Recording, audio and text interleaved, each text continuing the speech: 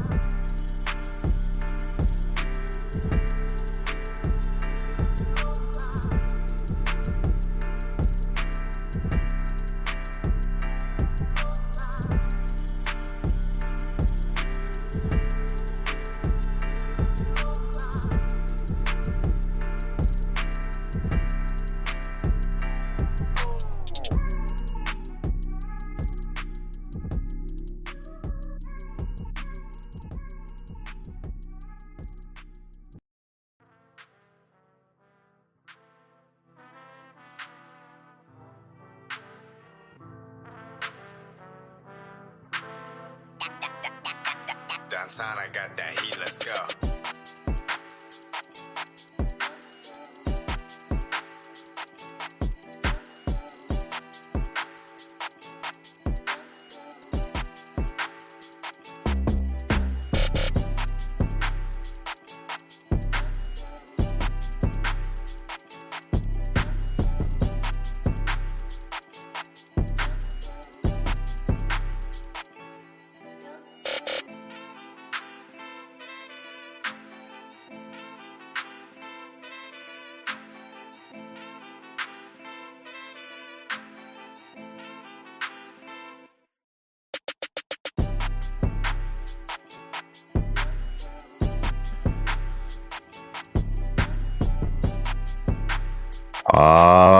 Yeah.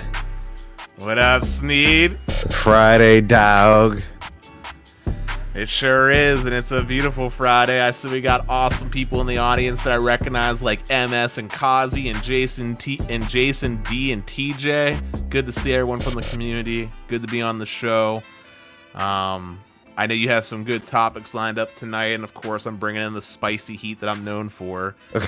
So, yeah, but where do you want to focus, man? All right, we got a little Verizon marketing to discuss.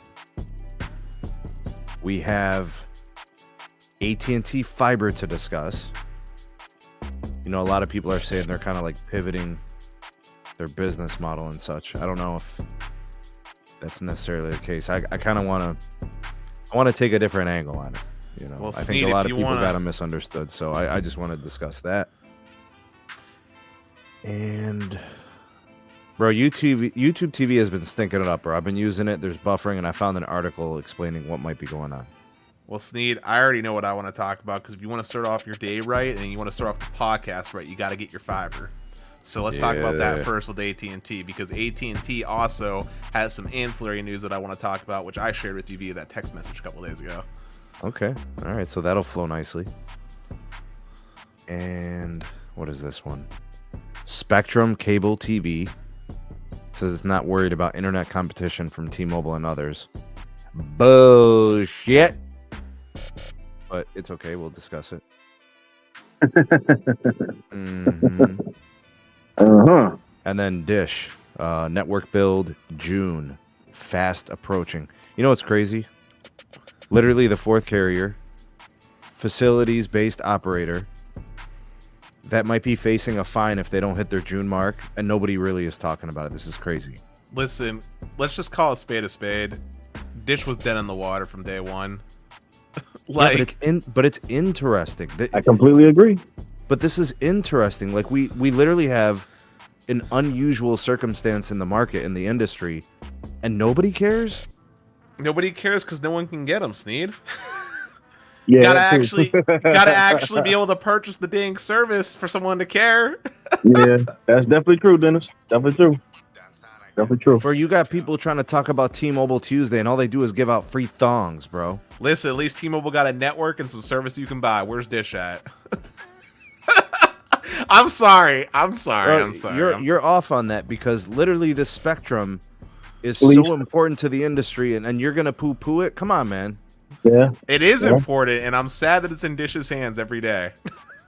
I would love to see it get auctioned, though. It would be nice. Well, that's what I'm getting at, bro. But no, Dennis, you want to talk about, you know, how nobody cares and they can't buy it. It's not the impact of the retail. It's the impact of the spectrum. Is it live? Right? Because there's fines, there's capital they got to raise, spending on the network. These are big moments that are about to happen. Like, the spectrum was being squatted on for a decade. Now something's happening and you don't care. I mean, I did care. For a good, like, 2-ish years, I cared. And here we are approaching the deadline, and you're going to give up and quit on caring? It doesn't make any sense, bro. Listen, you know what this is? You know what this is like? This is like, it's like you being in high school, going through a hard freshman, sophomore, and junior year, and now it's your senior year, and you're about to graduate. It's May, and you're like, nah, who cares? I mean, you know what? That hits home real different, because I remember when I was getting close to graduation, I didn't care about what I wore, and I wore sweatpants every day. But, look, Dennis, I'm gonna give you're still on the New Balances, dog. Listen, I'm gonna give you a different analogy, okay? It's like if I was hungry for dinner time, right? I wanted to eat at a nice restaurant, eat a steak, and I got told the freaking wait time was 3 hours, right? And then, lo and behold, across the street, it ain't steak, but it's a juicy burger, and it's half the price at T-Mobile, and they were able to seat and serve me instantly. I ate. I'm full already. And the reason why I use T-Mobile is because here in Pittsburgh, man, and I was talking to Pete, because I know it's the same for you over in Ohio. Over here in Pittsburgh, man, I got T-Mobile performing well enough. I got AT&T performing as God tier AT&T. And even Verizon performs well enough. Like, even if Dish comes in at this point, I'm so well served by 3 great options that there's nothing that Dish is bringing to the table for me to even care. What do they got? Plans that are just the same as everybody else.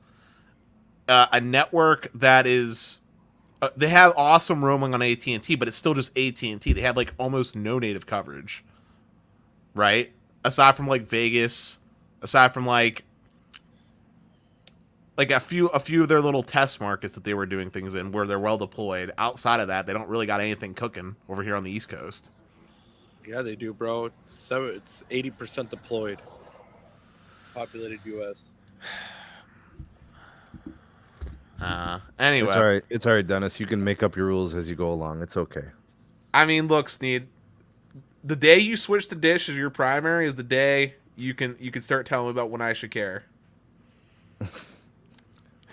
So I have to make them my primary carrier for you to care? Yeah, sacrifice. You tell me it's worth it. Why do I have to do something for you to do something? What does this look like, bro? It's putting your wallet where your mouth is. No, it's you putting your wallet with what you want to do. Don't tell me how to spend my money, dog. Let's put it this way. At least I can live stream with Dish, and I can't live stream with T-Mobile. I mean, fair enough, Carlos. Fair enough. But you know what I gotta say. I don't do live streams on T-Mobile, and for what I need them to do, which is calling, listening to Spotify, GPS, and a little bit of YouTube, they're working fine. Hold up. New member, Thomas. Welcome to the community. Big shout out to all the members. Southwest Ohio speed testing. He said, go Berg. Alex is here. Who else from my members?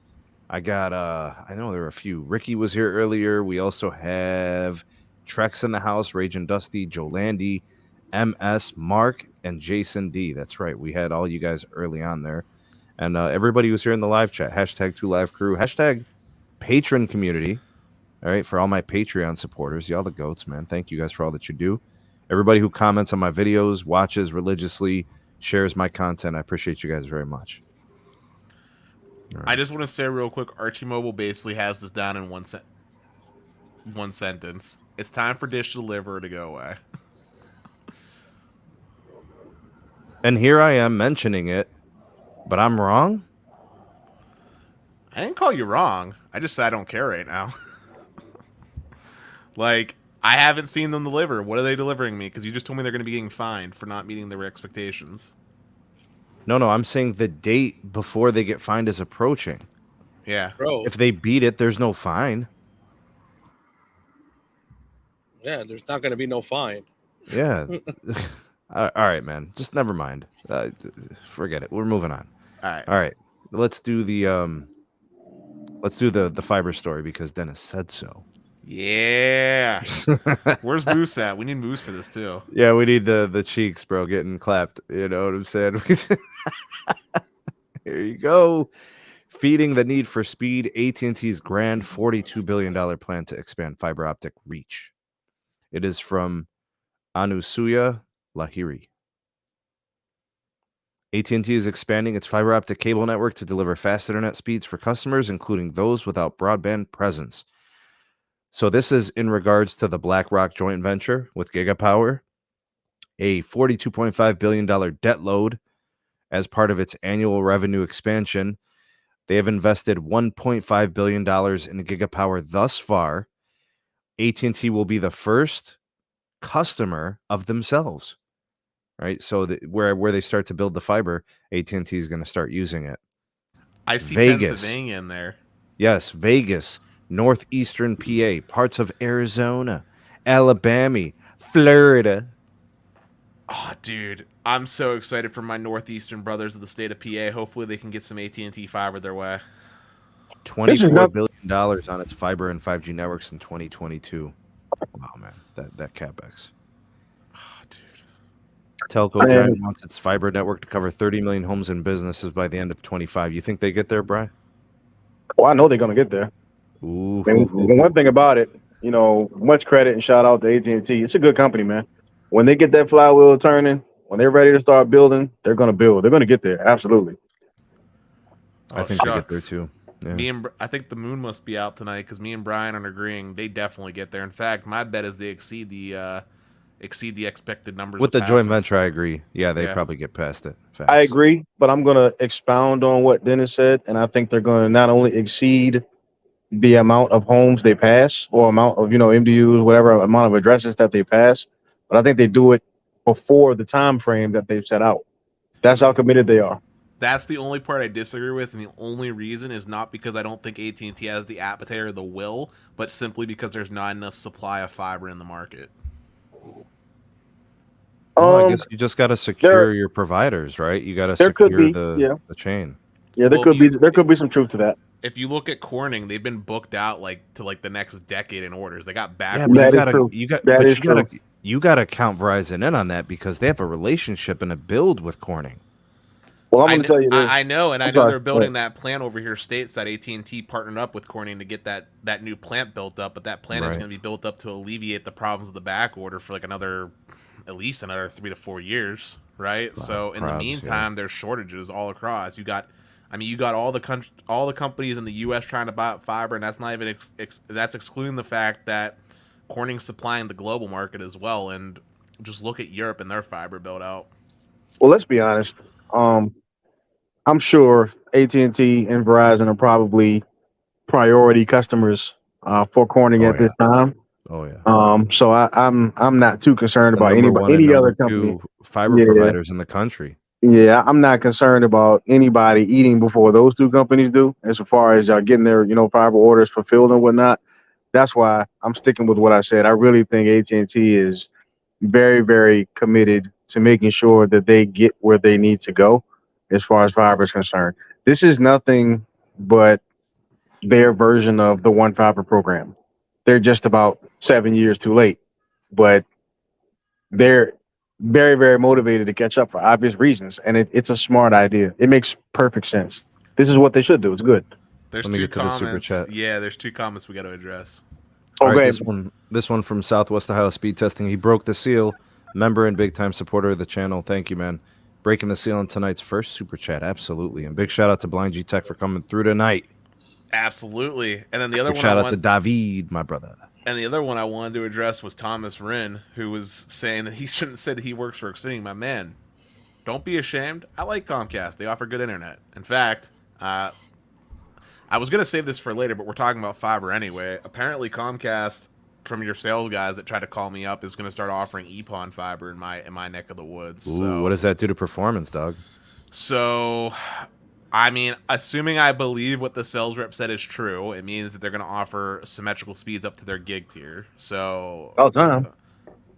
But like anything, it's about damn time you heard what B said, bro. But anything past gig, so like if you get like the 1200 meg, it'll be 1200 by 1000, and then same thing for the 2 gig, it'll be 2000 by 1000. Oh, come on. I mean, hey, you can't be upset. That's what Google Fiber's doing. But look, yeah, that's true. But let's be honest, Google Fiber is a new player. Comcast is come on. Listen. They're already offering the 200 meg upload, but you have to rent their XB8. And honestly, I'm gonna keep it a spade. Like, their pricing is honestly ridiculous. I'm paying $65 with FiOS, and FiOS has been doing okay for me since it's been fixed. I don't really have a motivation to pick up the Comcast service, keep it a spade, because like a gig symmetrical. Again, if I believe the salesperson, would be like $110. That is pricey. That's a little higher than average. That's Cox cable pricing, bro. Exactly. What are they doing? Comcast, come on. Average gig is probably $80 or $90. Symmetrical. What are we doing? Hey, I mean, you know what? But you know what, bro? I'd rather trust the Comcast product than the Cox product. That's for damn sure. For everyone that's freaking out about the pricing, I just want to be clear here. Their pricing is the same as Verizon. The only difference and the only reason why it's more expensive is because you have to rent the gateway. Verizon charges $90 with your $10 discount for gigabit symmetrical. Comcast also charges Actually, Comcast charges $80 with their discount, but to get the actual speed, you have to rent their XPi gateway, and to get the unlimited data, it's like an extra $30, which brings it up to the 110. Because I would want unlimited data. So, Kazi, you're right. I agree with you. Google Fiber is at least a decade old. They have been around, but we're talking about Comcast. Has been around for decades. Like, add the S. Yeah. I mean, I just expect them. I expect them to be an industry leader. I expect them to be more on top of the ball, right? Yeah, I expect them to be groundbreaking. on top of all of the latest and greatest technologies. I expect them to be doing that. When it comes to the technology, I mean, I'm just saying, bro, we're still not seeing DOCSIS. We're still not seeing next level DOCSIS hitting stride yet. Exactly. Nah, dude, I got the 200 meg upload available if I wanted it, bro. But the symmetricals, bro. Yeah, like give me the symmetrical. Come on, Comcast can do that. That's part of what they need. That's what they need to do. They need to lead the industry in all technologies. Like that's what they're the incumbent. That's what they've got to do. I don't understand why they want to come up low. Like I don't care if you got 2 gigs and 1 gig up. Like they're kind of like gaslighting customers in a way. You feel me, Dennis? Yeah, no, I mean, yeah, marketing doing marketing. You know, they're dragging it along. They're kind of sandbagging it. You feel me? Yeah, but you know, I mean, they're dragging it along. But I mean, I would say from what I can tell, at least again in my neck of the pond, from what I can tell, most houses that have Comcast, at the very least, can get the 100 to 200 meg upload at the very least. All right, so let's circle back to this topic, and we'll keep Comcast in the conversation. Sure. You know, because they're a fiber, you know, builder and a coax operator and all those things. All right, AT&T coming in with the spending. AT&T coming in with BlackRock, which is globally identified as one of the wealthiest organizations when it comes to holdings. North America, Europe, the whole shebang. They're international, right? Absolutely. Money they definitely burn. Definitely let the nuts hang. They definitely let the nuts hang. Absolutely. So when they come in with this money, which is really the only thing that's slowing down AT&T, let's call a spade here, right? AT&T has debt, dog, and it's really the thing that's holding them back. And otherwise, I think the fiber probably picks up pace. You know, they're doing their best to kind of focus on that. They want to do more. They've just restricted by the number one factor, which is the bottom line. Like, it's the capex. So if they could do 60 million passings by 2030, they would. But they legitimately have debt. So when you get a player that can bring money to the table and say, hey, if you're putting in a third, we're putting in a third, and then we can go ahead and let's put these senior notes out there. Let's generate some investment dollars from the outside. Everybody can just put in their money and get involved, right? You'll never lose. They're wholesaling this. So they don't have to retail it. They basically build the fiber and then they say, who wants in? And then companies come in and start retailing it themselves. And AT&T is the first customer. That means fiber to their sites as their the owner. And then I think also the fact that they can sell the fiber as AT&T fiber and then get the wireless customer involved, right? Because we've seen the conversion rate is really high. AT&T gets the U-verse customer. AT&T gets the wireless customer. Right? And the churn is super low when they do that. Very low. Exactly. The sticky icky, as Snoop would say. Yeah, man, it's pretty much their version of one fiber. And it's very, very smart. Except they actually deploy it. No, I mean Verizon deploys it. They just don't necessarily deploy files outside of their ILEC. But they deploy it. Hey, Sneed, so you're saying that we're going to be seeing AT&T fiber soon, bro, or what? Yes. Vegas getting AT&T fiber. Yes. Dude, honestly, I'm so jealous of you, Carlos. Dennis getting AT&T fiber. Yes. Oh, dude, if that happened, I would cry tears of joy. But listen. You know why, Dennis? You would get a 25% discount with your AT&T bill. You're damn straight I would. And but no, listen, I'm trying to say something, Carlos. I'm super jealous of you because you're getting yet another fiber provider. You got like another 10 fiber. You have 10 fiber choices. You got CenturyLink. You got Fios. You got Cox fiber. Now you're gonna have AT&T fiber. I think you had some other internet provider that I forgot about that's also fiber. I'm jealous of you, man. Well, dude, freaking so I had the Connect. So there's somebody in here that's a Connect, and they checked out because I keep getting flyers for my, because people were like, no, Files is not expanding out of their footprint. And I'm like, well, why am I getting emails that they're offering me 200 by 200 symmetrical? For $65 or $69, I'm sorry, for business. Los, can you pause for 1 second? Yeah.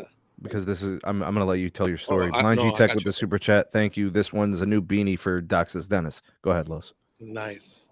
Yeah. Hold on. We got to say it. Nice.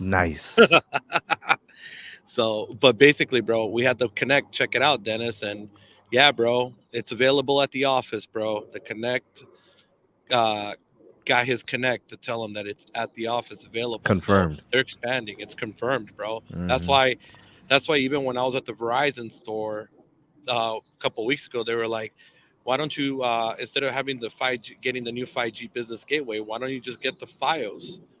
It's available at your address.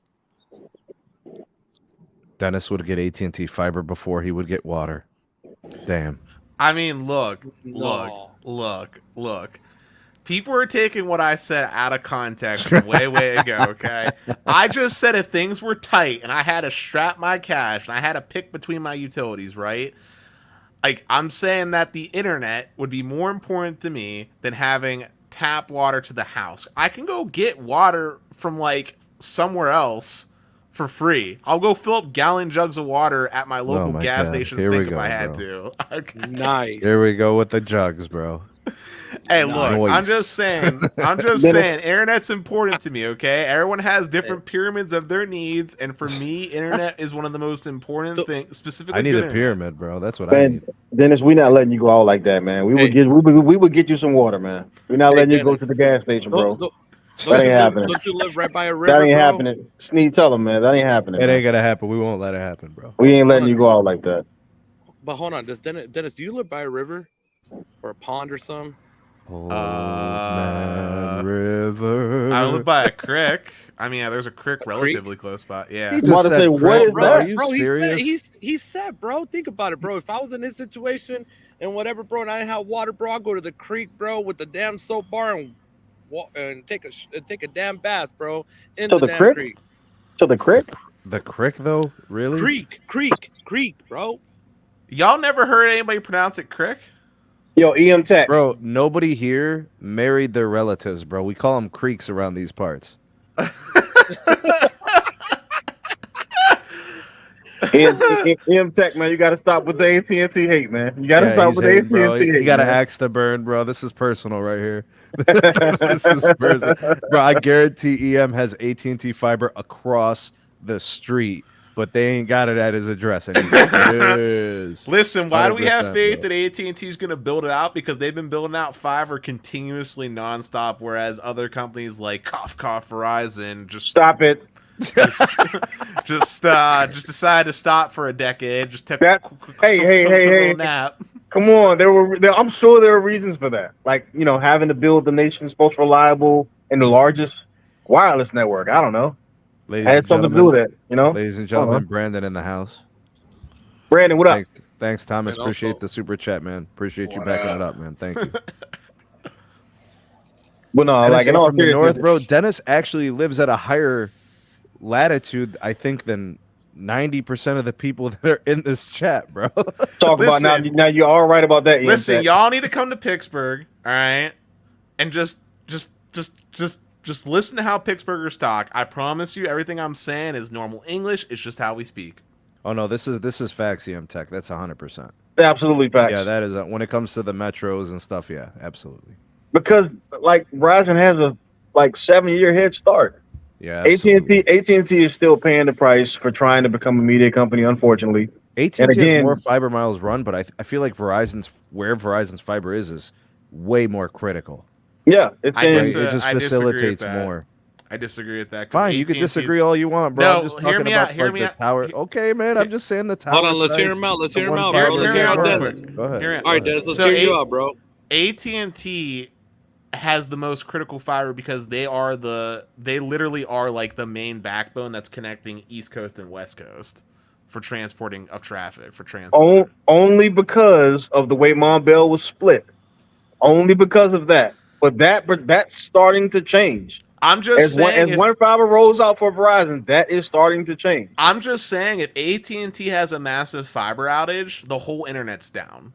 Like Mike every Johnson- every ISP is down if AT&T just went poof one day. Actually, we don't even have to pretend. It happened a couple years ago when one of their main central offices got blown up when that dude drove a truck into it. Remember, we talked about it. Yeah, what an idiot. Whoever did that is trash. So I'm just saying, AT&T is literally like critical infrastructure. In fact, I'm surprised the freaking military ain't protecting their central offices, considering there's no redundancy. They're really important to our internet infrastructure. Same thing with Comcast too. They got major iBones, like doing like major transit transport along like the East Coast. They're really critical. Verizon's fiber. I'm not saying Verizon's fiber isn't important. They definitely have their own backbone stuff going on too, but it's not. It's not interconnected in the ways that like if an AT&T went down. Like if Verizon goes down, other ISPs can still run. There's backup connections. If AT&T goes down, the whole country's screwed. Hey, what happens if the Brazzers goes down? Oh shit! Big shout out to Big shout out to S Blue Tech. The super chat. He said just found out today fiber is available at his home. Looks like Big Cable losing another one For 2 years, and then you'll another be back to one. them. No, 2 years. another one. No. I agree, Joe. Tell him Joe Azara. Definitely very good in Long Island. Outstanding. And I think they're expanding out there too. So it's pretty cool. All I know is I need some fiber at my house. Is some bullshit, bro. Weren't you just on a whole rant about how you don't want no internet at your house after the well, you know what, bro? If I'm stuck to be here for a while and I have to pay the money, because right now the situations are kind of tight to be able to go to enjoy the nice cabin life, you know.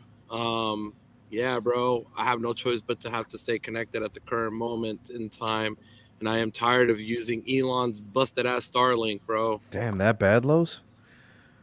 Yeah, bro, I'm tired of paying $125 a month, bro. You might as well pay half of that and just get something usable. People didn't believe me. I told you guys Starlink wasn't the magic bullet. It's magic in Canada. Dude, I think, what am I going to do? Go back to Cox Fiber, bro, with their crappy infrastructure? Los, here's what you got to do, dog. What you got to do is you got to get like 2 T-Mobile home internets and 2 Verizon home internets. Put them all on one router. I can't, bro. T-Mobile does not work at my house. Only at night. It only works at night, and then I get like 40 down, dude, at night. So you're telling me that Comcast and Spectrum are right, Los, about the vampires? Well, they're right, bro. I called that too. That too. You know what's crazy? You know what's crazy, bro? Is all I know is, guys, if there's an AT&T person that's here in this chat, bro, you trying to get you that home internet, dog? and you know how to do the workaround on how to get me that new egg fixed wireless. Los wants the egg, the little egg shape. Yep. Hit me up on the DM or on the damn email at carlsstech702@gmail.com, because you know what, your boy needs some damn internet, man. He's tired of this. And at least AT&T tower is 1,500 feet away, and I get 700 down on it, so I know I can make it work. Damn. Los, I'm mad at you. Well, bro. Hey, Carlos, wasn't there an article that I sent you yesterday? Wasn't there an article that I sent yesterday that AT&T is going to expand it in Las Vegas? Yeah, we have it on this page right now. I mean, they do everything. Never mind. Let me not say that. But the problem is, bro, is that there's too many Verizon home internet customers in my area, bro. You guys want to hear something crazy, and this is going to back up what Carlos is saying. When I go jogging, when I go run, my whole neighborhood's covered with AT&T fiber, Cox Communications, and you can get either T-Mobile home internet and also Verizon home internet. And do you know what I've been seeing as I'm walking around, running around the neighborhood? You're seeing Verizon Wi-Fi? Yes, Verizon connections. Like every street has them, and there's fiber here, dog. Yeah, you know what's funny is, Sneed? In my neck of the woods, we're like, okay. So to be clear, T-Mobile, great, much better in Pittsburgh overall, right? But in my specific community, right? I don't know what it is with how the cell site is positioned, but like T-Mobile isn't that stellar. Maybe like 70 meg, 50 meg. Reasonable, right? But nothing crazy. There are so many people that have T-Mobile home internet. I see the Wi-Fi showing up. And we have Fios available and we have Comcast available. And people are forgoing both fiber from Fios and Comcast to get T-Mobile home internet for roughly 50 to 70 meg. Now, do you know what this tells me, Dennis? Like in the case of my neighborhood, and I think yours, I think part of it's the pricing. I think the other part is the venom. I think it freaking matters, dog. Yeah, but people it's wild are pissed to me about the last 5, 10, 15, 20 years of getting treated like dog shit. But it's wild to me, dude. 50 to 70 meg versus like literally. I hear you, dog. Literally but I'm 300 telling meg you, symmetrical. man, people are scorned. You know, like, bro, come on, Dennis. Are you freaking serious? You are the case study in scorned. One Verizon person said something wrong to you 25 years ago. You're ready to bury them, bro. I'm still a Fios customer, though. I just won't get their wireless. But that's my point, is you still have venom for them, and it's been 20 years. I'm 26, Sneed. Jesus, okay. Bro, you were literally... Bro, the story you told, you said you were a kid. You called, they said, hey, kid, go get your parents, and you're still pissed. Well done, Sir Roger Rooster. Well done, sir. Well done, or ma'am. Hey, Dennis, when is Daddy Robert's going to give away perks for the wireless, bro? Man... Whenever I get married into the family and become a millionaire. Oh, shit. Bro, he don't want you. Bro, Zero Cool got the fake palm tree tower sites, it looks like. Yeah, someone's mic is doing a little bit of the static. I don't know whose it is, but I check your cable. Wait, is it me? I think it might be, man. Check your cable.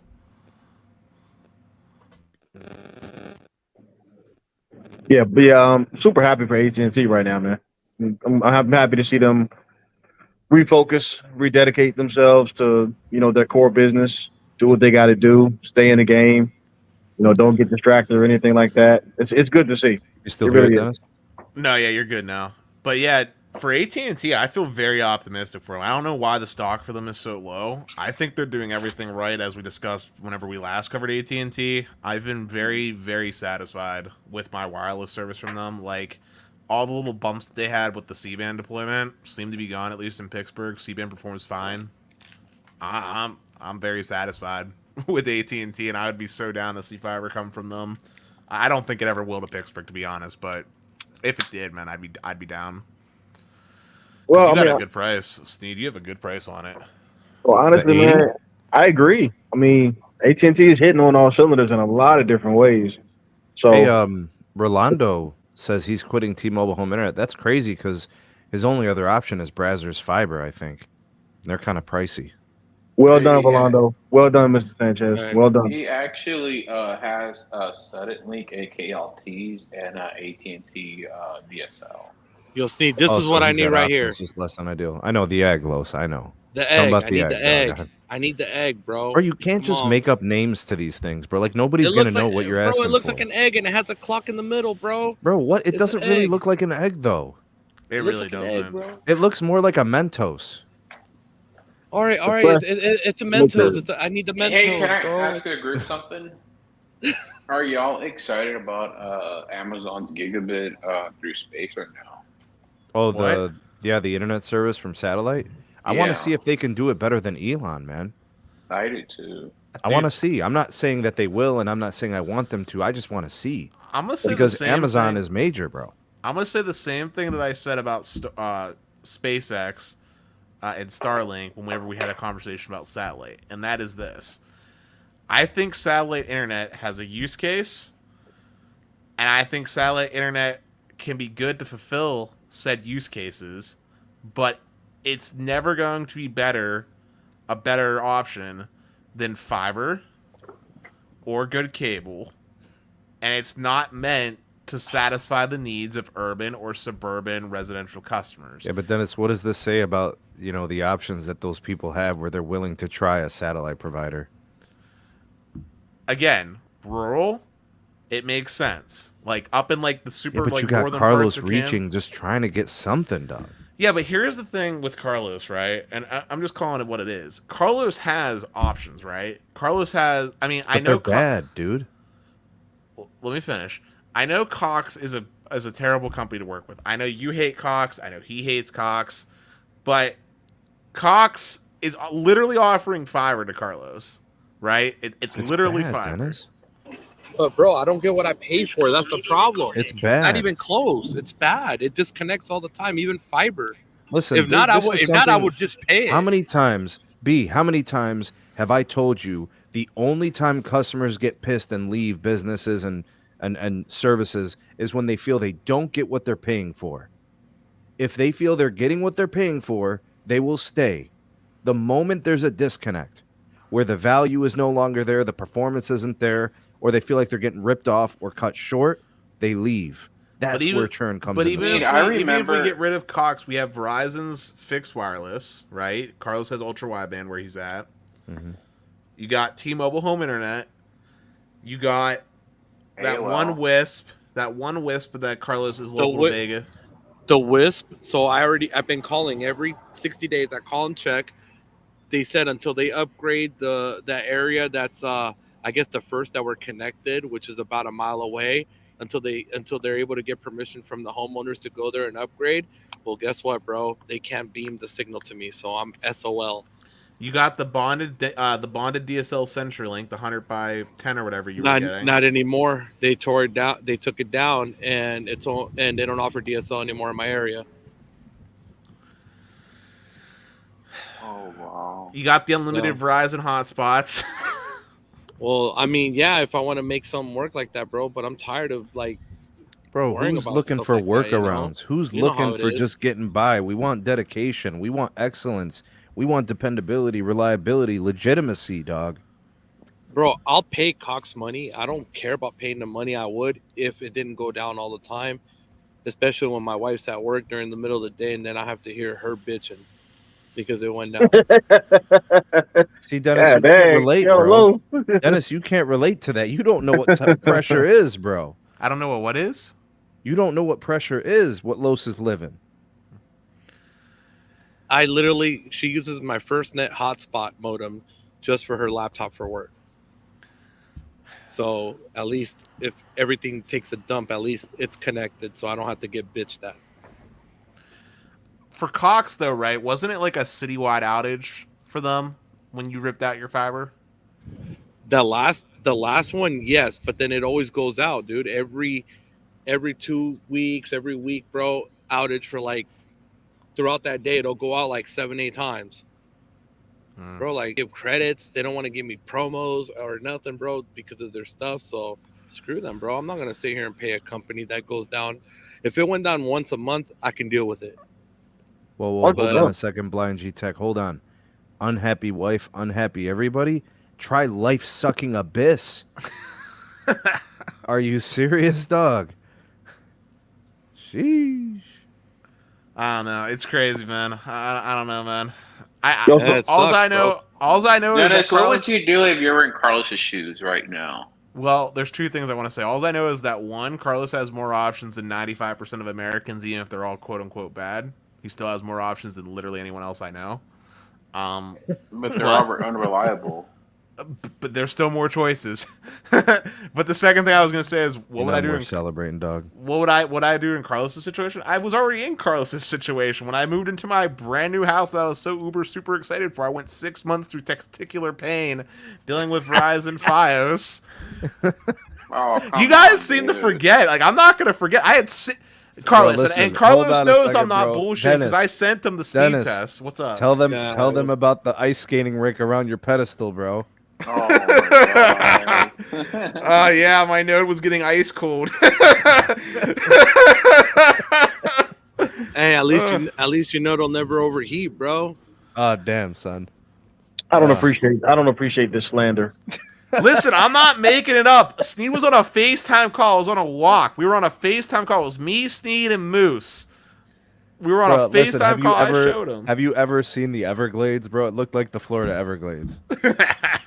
Shit was crazy, dog. Well, it's cold in Pittsburgh, man. It's cold in Pittsburgh, yo. You gotta keep the node chilled out. Anyway, listen, if I was Carlos, truthful, honest to God truth, do you want to know what I'd legitimately do? I'd freaking move. Yeah. I'm not joking. I literally moved into the city to get good internet. I grew up in the bumfuck middle of Egypt with good internet greater than water, right, Dennis? Yes, I had Armstrong cable, okay? I had Armstrong cable for internet, all right? Who? That's exactly who. But Sneed knows. Knows. I don't know if you guys are old enough to remember, but there was an NBA player named B.J. Armstrong. He opened up a cable company in Pennsylvania. Oh, wow. Armstrong Cable. Is that actually the truthful backstory, or are we joking? I don't think he. I thought it was a joke too. I No, thought it was a playing. joke, bro. Oh, okay. About to say, oh my god, sounded legit. There's no Former smog NBA in player Pittsburgh. and Pittsburgh NBA is champion clean DJ now. Armstrong opens cable company. yeah. Did y'all fix those roads in Pittsburgh, though, man? Hey, listen, Damn, potholes son. are they build character. No, we gotta stop that. Come on, Yeah, guys. they're like dimples in the left cheek, bro. Seriously. Yeah, man. God. Hey, let's talk about Verizon because aside from whatever you're about to share, I also want to talk about these new plans. So Well, that's part of it. That's what it's going to be. All right. Can we Verizon not? sheds light on that missing eye. Can we All not right. and say we did? No, we got to talk about the missing eye. All right. All right. Let's do Before it. Verizon's big reveal this week, signs were emerging that something was up. Posts showed up on social media touting Verzon, leaving some of us to wonder what was up with the missing eye in the name. Was something bigger going on than meets the eye, or I? Dude, this is terrible. Who wrote this? Come on. Very You got to bad. do better than that, Monica. Come on. An angsty teen wrote it. Man, here it is. Here it is, and this Dennis will gets. This is where he can jump in. It all starts at just $30 on the network you want because it's your Verizon. myPlan puts the customer front and center, allowing them to mix and match perks to customize their plan exactly how they want.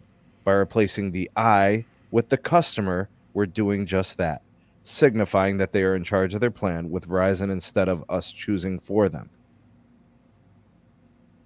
So you take the I out, you stick the customer in. And that's why in the advertisements, you always see a person in between the first and the last syllable. There you go. So you know Verizon's custom plans that came out, Sneed? Mm-hmm. It kind of reminds me whenever you're talking to someone, you're like, I really want this one specific thing, and you go into great detail about what you want, right? It's very loudly heard. They tell you how much they love it, and they come back with you, and they basically give you this thing wrapped up in duct tape. They're like, boom, here it is. Here's the thing you wanted. It's your custom plans. You get to pick what you want, and they missed the whole plot. They made the value so much worse on the Welcome Unlimited and the Go, what are they calling it now? The Unlimited Plus? What's it called? I don't even remember the name. But it's literally more expensive than the old plans were. They literally removed all of the perks that even gave it some merit of value with the Hulu and the other things. They reduced the hotspot by default on it.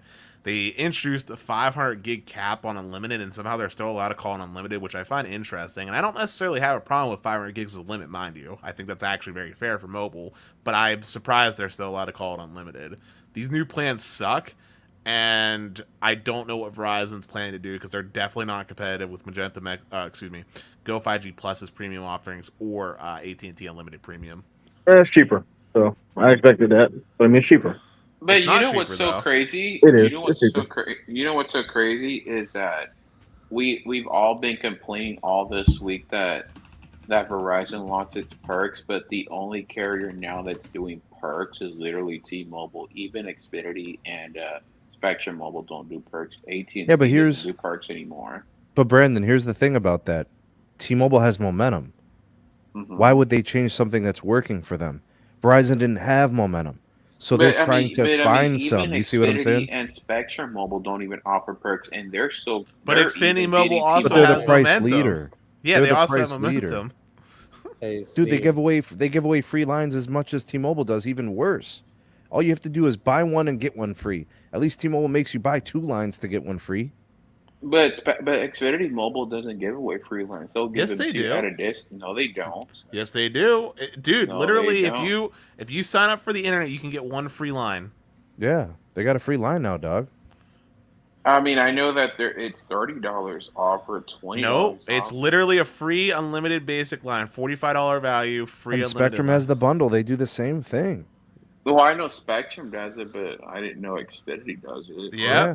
Yeah. I mean, they're Yeah. doing that in some areas. I mean, at the No. end of the day, people ask for prices to lower, not increase. So But they didn't know- lower the prices though. they did. They lowered them. In what world? Xfinity did lower In this pricing world. because They did lower pricing because I I'm not. remember I'm that. not talking about Xfinity. I'm talking about Verizon here with the new plans. I'm I'm talking trying about to. Verizon too. I'm talking Yeah. about Verizon too. I mean, the pricing, the base pricing is lower, which is what people ask for. And if you decide that you want to get all the perks and all that kind of thing, that's a customer choice. So So I mean, I can get unlimited welcome, which is a shit plan that doesn't even let me access the network and all of its upgrades. Or I can get unlimited plus and literally pay the same amount as basically get more. Uh, no, no, excuse me, $10 cheaper than get more. play more. That's the same price. What play more That's used to be. that's correct. And but unlike play more, I have none of the perks, less hotspot, People and complained about those perks. Those plans weren't. Sneed has said it more than once. The conversion rate on those plans were not good. Yeah, they had to Before, change. They had to do before, something. yeah, Yeah. but but you're telling me before it's now, cheaper. You're telling yeah, me it's cheaper, and it's but not. it is cheaper. If What people weren't getting those plans at scale, like then why are we saying that those plans were better? 2 weeks ago, 3 weeks ago, fast like rewind back to where it was, like those particular times, outside of me and maybe Sneed, nobody was saying anything positive about the get more, play more, or do more. Nobody was. And so all of a sudden, everybody's complaining about those perks being gone. uh, I just find it, goalposts moving as usual. I mean, what once you at the end of guys the like day, that's what they asked for. People asked for what pricing to go down. once And you then guys people didn't want to pay for the beat stuff they this didn't need. once you guys beat this, I'll speak on the last part, and I want to break it down like how I broke it down yesterday to you, Brian. So All right, we'll let do me get to that. the super chat then. Anson Garcia, appreciate the super chat. Always learning a lot from you guys. Good to have Brian in there to rough things up. Good stuff, man. Thanks for the super chat. Mr. All right, Los, Garcia, man. Thank you, sir. jump in, Los. Okay, so yesterday Sneed, B, and I were on the phone, and we were talking about this. And honestly, it took me a second to realize it. I had to take out the consumer only goggle and had to put on the neutral goggle and had to look at it on both ends of the spectrum. Can't just look at it one way and not the other. So let's go back to the LTE era. All right, we're gonna go back. So in the LTE era, all right, all the carriers. I'm not just talking about Verizon. I'm talking about all of them. We're sitting here upgrading this infrastructure, trying to give us the best they could.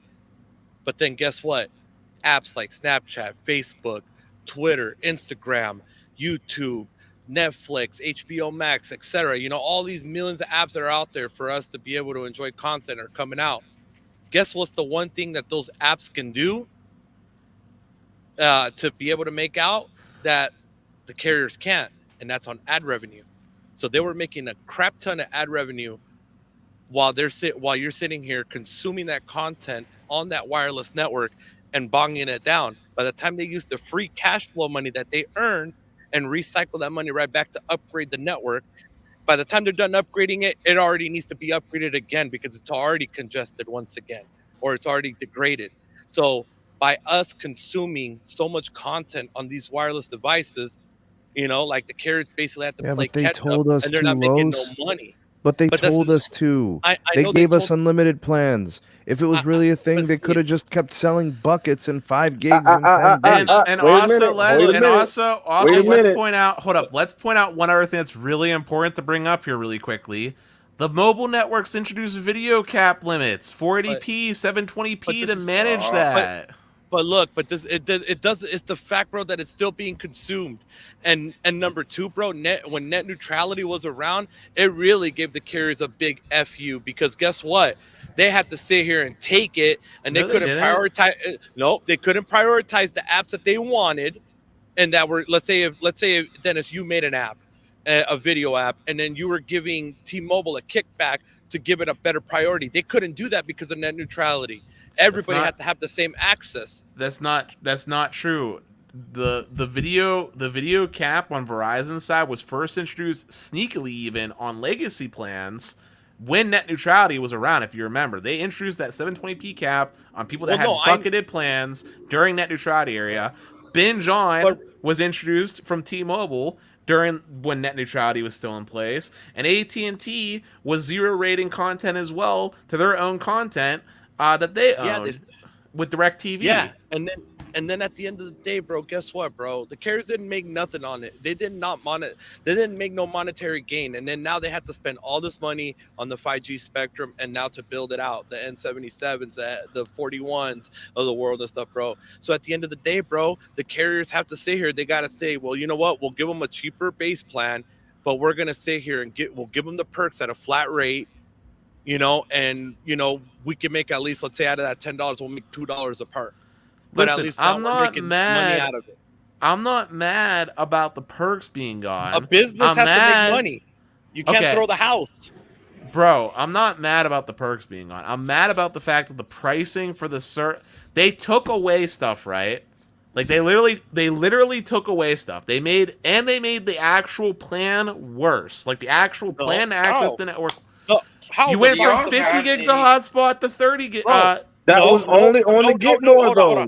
If you were on the Play More or the Do More, you actually got 5 more gigs of hotspot because those plans only have 25.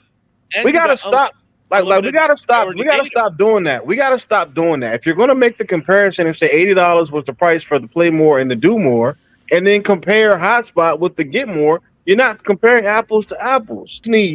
I'm just like, I don't know, man. I don't know. But then you gotta look at this too. All right. So at the end of the day, bro, they're giving you a little bit more hotspot. They're giving you full unlimited priority data. 500 gigs. No, 500 gigs only on the welcome. No, it's only for the welcome. Not on the plus. So they're giving you the unlimited access, and it's $10 cheaper. I mean, what is there really? What are we talking about, bro? The network access got cheaper. The total value proposition decreased as well. But at the end of the day, bro, a business has to make. But that was the negotiation. That was the negotiation. The house. Look, here's the way I look at it. Verizon looked at this from the company standpoint. They surveyed customers. They listened to the customers. They said, what are the things that matter to you the most? There were probably 10 things on that list. They ranked them according to the priority. They saw cost was number 1 on pretty much everybody's list. And then number 2 was probably or 3 was like flexibility or customization. So they were like, all right, well, let's drop the price of the most expensive plan and let's make them pay for their own streaming so we can keep costs down. So what they did was they created customization, flexibility, and they addressed the price, although they got rid of value, right? That was the negotiation. They couldn't do everything because they have $150 billion in debt. They move and think like a company that's for profit. There are shareholders. There is a CEO. There are people making 6 figures. There are people making 7 figures. There are people making 8 figures at this company. That is the realization. And their CapEx is $20 billion this year. And their debt load is $150 billion. So all that came into consideration. We're not giving them sympathy. We are understanding the circumstance. Big shout out to Southwest Ohio Speed Testing. Thank you for the super chat. He said, give this to Bryant and put him on unlimited welcome. Oh, shit. but you know what, Sneed? I'm going to say something that Carlos was saying yesterday, and it kind of makes sense. Carlos was saying yesterday that during the pandemic, Verizon made basically plans with you either get Apple Music or you get the Disney bundle, or in some cases you get all of it. Now, at the time, there was no ultra wideband, and the network was tanking because people were not moving. This whole tanking network thing doesn't affect Verizon's bottom line, though. Verizon literally is more profitable today. No, it's not. But they're spending the profits right back to the network and the damn debt load. So at the end of the day, bro, they gotta make some money, bro. I'm sorry, bro. I used to run a business. I know how it is. I'm not gonna be sitting here and be giving you, chicken wings. And when I have my pizzeria, I'm not gonna be giving you chicken wings free every week, bro, because you spend money every week, more bro. Chicken, more chicken, I can't, bro. Like the pandemic. I'm sorry, guys. The pandemic is over. Suck it up. They were giving the free perks. Every carrier was giving the whole house because they knew that you were going to choose. Yeah, but you got it twisted, Carlos. You're saying they were giving the whole house like they were about to give the clothes off their back Meanwhile, in reality, Carlos, they're still making like 90% profit margin. Dennis, do you know how long it's been since Hans 90%? got a new That's pair a of little. gaiters, That's a bro? little high. $45 billion Hans has been on wearing the same C-band. gaiters for 2 years, bro. Like, New okay, gators I'm for Hans. exaggerating with 90% profit margin, but the profit margin, listen, if any other industry could have the profit margins that wireless has today, they'd be giving their left nut. No, it's not the profit margins they have, Dennis. It's the revenue stream. It's the dedicated 140 million subscribers that pay their bill every month. That's the incredible thing. The profit margins are there too. $$$45 billion. But that's not the incredible thing, bro. The ROIC in wireless is like 11%. There's nothing special about that. That's fine, but it's nothing special. It's the revenue, the fact that the customer goes nowhere. Bro, this is recession-proof service. Nobody is going to disconnect their wireless service. But at the end of the day, Sneed, during the time that was critical, back in 2020 on, they had to give away the house, bro. Every carrier had to give away some sort of the house because Carlos, people were that's nobody's whether they were going to pay this or pay that. But that's nobody's fault. All I'm saying is customers stepped up. Dude, did you know that postpaid experienced some of the most incredible growth in the entire history of wireless? That all happened in the last 3 years. So they can say what they want about the streaming and the cost of operations and all that and the expense to make customers get promotions. They grew. Now those customers continue to pay their bills. So that means their promotional work paid off if the customer's still there. Can we also not ignore the simple fact that Verizon and every other wireless MNO is going to have to do the upgrades regardless of whether or not streaming usage uptook? Like, you have to maintain and upgrade the network anyway, I agree, regardless. Dennis. Yeah, I agree. So, like, this whole story of boo-hoo, people are using their service and actually using the data, like, those upgrades were going to happen Dennis, anyway. What's the average data usage in a month for a wireless customer? The average usage is I mean, it depends on the demographic, but let's just assume you're talking about a premium user. It's like 20 gigs. Okay, max. Can a network not handle that?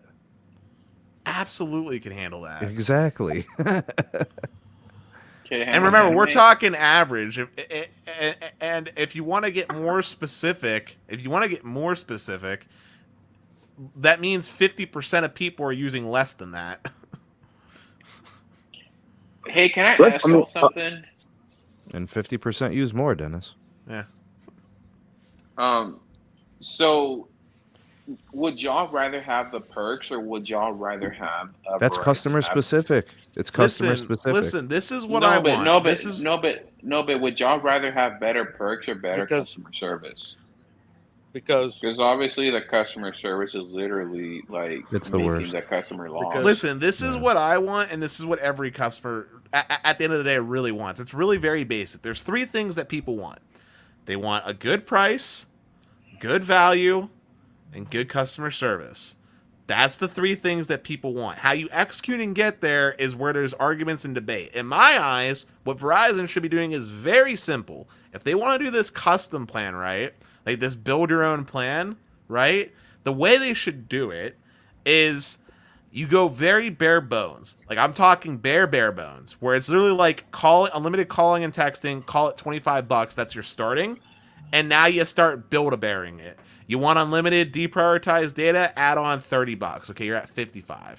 You want premium data, another $10 on top of that. Boom. You want hotspot, and then you do it like that. And if you do all the bells and whistles, you shouldn't be coming out more than $100 for a single line for a plan. Right now, though, the base price for one line of Unlimited Plus, which is the only plan that actually lets you access the freaking network that they're spending all this important money on, is $80 as a starting point, right? If I want to have the extra hotspot, $10 for the extra hotspot, I'm at $90. I'm already at what Get More costs, and I'm still missing every other perk.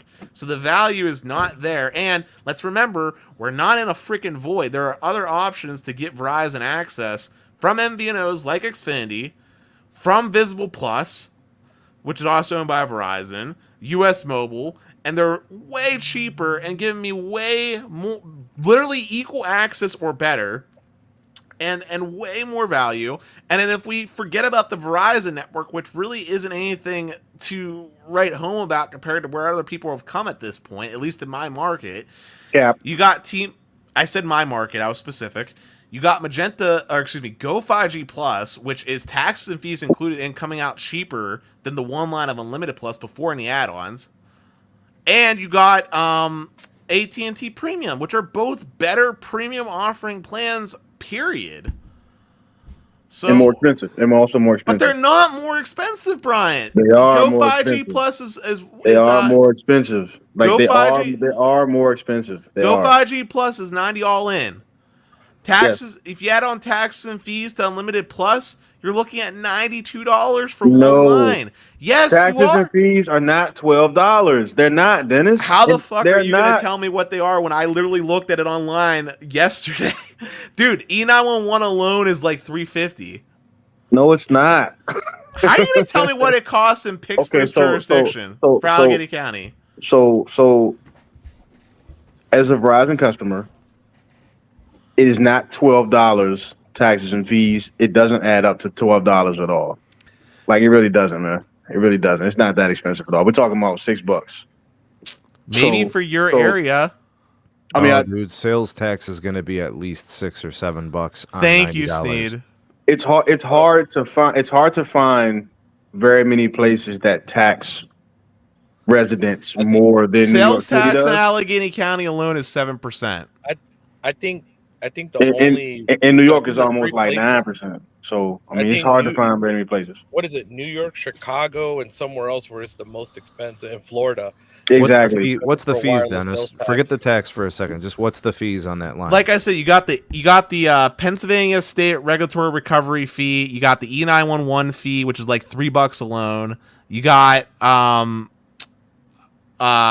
whatever the hell it is, Verizon's exclusive fee. It's like another $1.50. Like, dude, it adds up. I'm not saying it doesn't, but it doesn't add up to maybe? 12. It's not $12.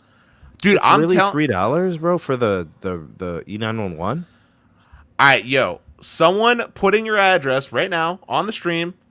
Sneed, I'll give you a zip code for Allegheny County real quick if you want to do the checkout cart. I'm more than happy to prove this on stream. I'm not full of smoke. Like, literally, you could do it. I mean, I think I could get to $10. 12 is crazy. Well, I mean, I remember some people saying in Chicago they pay up to $20 in taxes. I mean, maybe for multiple lines. If you're comparing $80 versus $90, which is what Dennis did, I would assume that's for one line of service because that's the cost for a single line. So to say that on Verizon you're going to get $12 worth of taxes and fees on one line of service, that's just not true.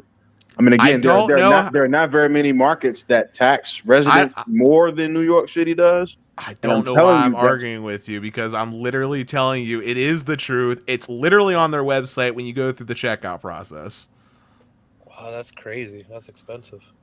Because like I'm looking at 5 cents for. Yeah, I'm looking at my bill like right now, and it's not $12. Are you in Pittsburgh, Pennsylvania, Allegheny County? But you're talking about something nationally, like that people are going to experience. But national doesn't matter. If you go down it's not $12 though. It's not. Yeah, but you don't have a Pennsylvania state recovery fee that's a separate fund from normal E911 either. So let me make sure I understand. You live in the Commonwealth too, bro. You got to remember that Commonwealth they do somehow they throw hidden fees, and I know that they throw. Hidden fees. I'm not denying that. I'm not denying that at all. Those I hear you, but are those rates more expensive than a place like New York? Are we really saying that the taxation in Pennsylvania, you can pick whatever area code you want in Pennsylvania, is more than New York? More than Chicago? Let me tell you something. Let me tell you something real quick, Brian. I'm looking at my AT&T bill real quick, just real fast, because I don't feel like going through Verizon and putting my social in. Just on my AT&T bill, right? For each one of my lines of my AT&T bill, I have $9 worth of taxes and fees, and that's with my discount that I get through AT&T. Okay. So I don't know why you think another $3 difference that I'm trying to tell you on when I'm looking at Verizon is so wild. Like, so if you're talking about $8 or $9 plus 80, you're still at right around the same price point as what Holy you would be shit. getting. Holy shit. I'm actually getting mad. I'm telling you right now, Brian, when I went through and did the single line of Go Unlimited Plus, it literally came out to like $92 for one line.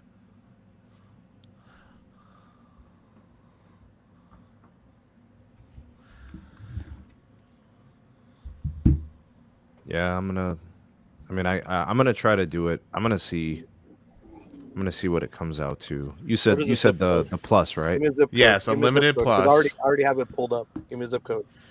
I'm a text you right now. Let's do Cleveland 44111. Well, no, I want to pull up. Like. Carlos, I'm texting you my zip code right now, bro. I got you. Hold on. Okay, all right. Where's my phone at? My phone's somewhere here, man. Or did I leave it on the roof in the rain? Damn. Thank you, John. JCS Wireless Tech. Let me see who else. Thank you, Joe Landy. I mean, like I said, about $6. Look at this, Bograda. not $12. Tax and fees, one line US Cellular, $13.95 in Rockford, Yeah, Illinois. Rockford, Illinois. That's a pretty heavily taxed place, bro. And I just talked about two people. Jose, tax and fees are that's higher enough. in Pennsylvania. I didn't say that. I didn't say that wasn't the case. But again, New York City, those places are higher than New York. Dude, I don't know Higher what than to tell you, Chicago? man. I don't know what to tell you. Look, here's what I'm gonna say. Believe me or don't believe me. Believe me or don't believe me. The facts of the matter is, if you live in Allegheny County, Pennsylvania, you're paying ridiculous fees. It just is what it is for wireless. If you have calling and texting, is where most of the fees are coming from, because Pennsylvania has a separate fund that they take for their local 911 recovery that they use to pay for bullshit, but they take it anyway. It's a separate fee. In the state of Pennsylvania, you got your federal E911 recovery, and then you got your local Pennsylvania 911 thing that's on there. And Mike Johnson's saying, yes, apparently it is higher than New York. So I digress.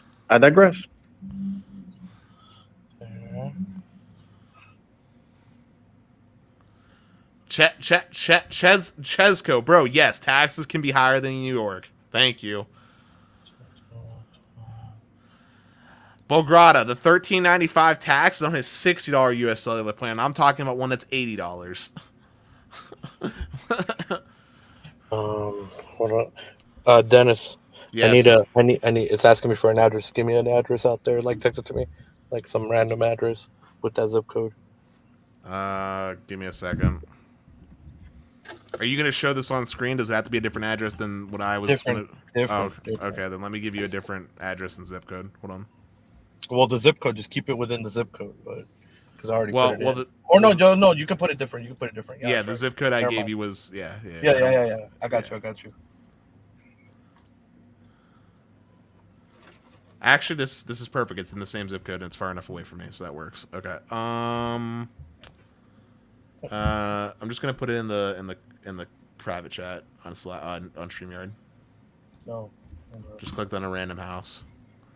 Okay. There you go, Sneed. I just got to go through the whole process, Sneed. It's almost done. Appreciate you doing that, Carlos. I didn't feel like unblocking my social to get past Verizon's checks, so. You think I'm joking? I got that on pause. Oh, my God.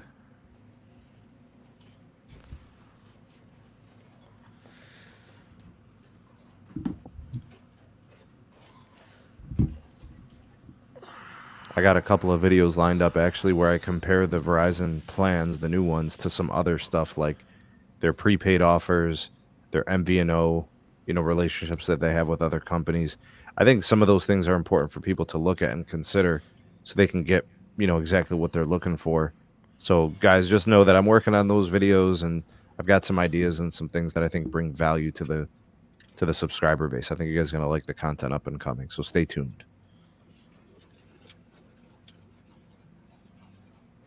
That's crazy to make you go through all this. Yep. Oh, you're going through it right now. You're still working on it? Yeah, it's right now. Right now, I just hit accept and continue. Yeah, people think I'm joking. Nice. Well, okay. It got approved, of course. Get a new number. Also, while we're waiting, just remember, AT&T gives a discount to anybody with a heartbeat. Straight up? Straight up, Sneed. If you have a Pulse, you got a discount with AT&T. I don't know if you knew. Count me in. Got the teacher discount. You got your home fiber discount. Yeah, they do. Hold on. Yeah. It doesn't. Hold on. Let's see here. Yeah, Trex, we're doing a live stream this weekend. Absolutely. On my end, it's not showing it. Hold on. So right now it's saying to go to agreement. So I do that, Dennis. So it's approved, and it says review your order. Go through agreement. Then it says order summary. Due today. It says estimated sales tax for the zip 0. Why does it say 0? You got to actually get the checkout. There's no way there's 0 sales tax. It's 7%. Well, I'm already at the checkout. I already got a number that's pending issue. How much was it, Los? Well, hold on. It's just saying here. Look, I'll share the screen because I don't care. It's not showing important information. So share screen. Order review. Here we go. Boom. Is it showing? Yeah, it's showing. Yeah, basically all I gotta do is just hit agreements and then it's activated. I don't know. Does it not give you the consent document or something that you have to like do? I had to click next on this. So do that then too. Yeah. Okay. Review. You don't get to see the final price until they give you the consent document, which if you call them, they have to email you that, and that's when you get to finally see the full price breakdown. And I think on the website they send you an email too. You have completed a document review. We will use your service addresses. So do I have to hit place order like to activate it for real? It should make you check a box to agree on the consent first. I did. That's where it should be showing you the taxes and the fees. That's where it should be showing you the final price. It's showing me this right here. Look. Hit details next to the monthly charge, Pete Fox said. So here, hold on, I'll share it, review. Secretly, Dennis works for Verizon and gets a kickback. Gee, I wish. This is what it's showing me now. Then it says place order. Let's see. These charges can be between 12 and 47% of your standard monthly access. Other charges include Federal Universal Service Fund, which is 29% of the interstate, international telecom charges, regulatory charge, 9 cents per voice line, 2 cents per data only line, administrative and telco recovery charge, $3.30, $1.40 on data only lines. I mean, shit, dude, $3.30 plus. I mean, that's $3.30 right there. I wish they would show more. What's review? What happens if you hit review? Hold on, let me stop sharing real quick, just in case. So here. That's just a customer agreement, but it doesn't show nothing. It just says, like explaining the plan. Joe Landy just checked my AT&T line as well, and taxes and fees on that line were $12.54, so it's more than Verizon. My taxes and fees on one line of service at Verizon are $7.42. Exactly. That's all I was trying to say. I'm not trying to say exactly. He's in Ohio. Yeah, but that's Ohio. So what does that mean? I mean, do you want to compare another Commonwealth state? I mean, I agree that taxes and fees are different from state to state. I know that they vary. All that I was saying is that everybody's not going to pay that $12. I know where I am, it's a pretty heavily taxed area. I'm not paying $12. That's all I was trying to say. That's really it. I'm not sure how it got here. That's all I was trying to say. Okay. Yeah. So Dennis, basically, you got to be at T-Mobile, dog, so they could pay your taxes and fees, man. Pretty much. I mean, if you want to pay. Look, I got T-Mobile. I'm happy with it, and then AT&T, because of the discount, it basically pays for the taxes and fees. That's why my bill literally $40 worth of my dad's bill is literally just taxes and fees. Oh yeah, dude. Oh yeah. My Verizon bill should be $280. It's $323. Tax and fees. Yeah, it doesn't say it, bro. What the heck, dude? That is so weird. Oh, I'll try. Chezico said, well, 12%, which was the minimum on that screen you were showing, would be $8 and change alone, plus the other stuff. So. See, that's $5.50, $8.87. I believe those. I just don't think everybody's paying $13. That's all I was trying to say. It's all good. Yeah, I tried. I don't know. Weird. What are you paying in Houston, B? What's the tax and fees like, dog?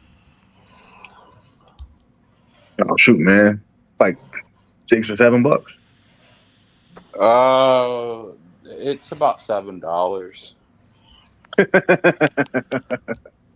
I don't even remember what we were talking about at this point, though, before this. We're talking about anime porn. No.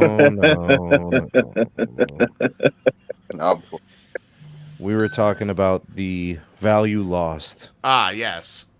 Yes. Yeah, Yeah, so going back to what I was saying, we don't live in a void. T-Mobile and AT&T are literally offering better plans for either less than, depending on where you live, or at cost of what Verizon is charging. So tell me what you think of this, Dennis. I personally like the customization. I think the concept and the idea is phenomenal. I think there's obviously some things that could be adjusted that could enhance it and make it better. But where I really get aggravated in this whole new structure to the plans is the best wireless access from Verizon can't be had. The best network. 1 second. Okay, so Southwest Ohio, you got $560. That's just sales tax. That's before the additional fees. So there's like that $330 fee that you saw in Carlos's thing. There's other stuff that's on top of that. That's just the sales tax. So as I was saying about the network, I can get like Verizon's most premium plan, which is the Plus, $80. I gotta pay $10 for the HD add-on, so I can get 1080p video. I still can't get 4K guaranteed on it, but I can get 1080p video on LTE and 5G.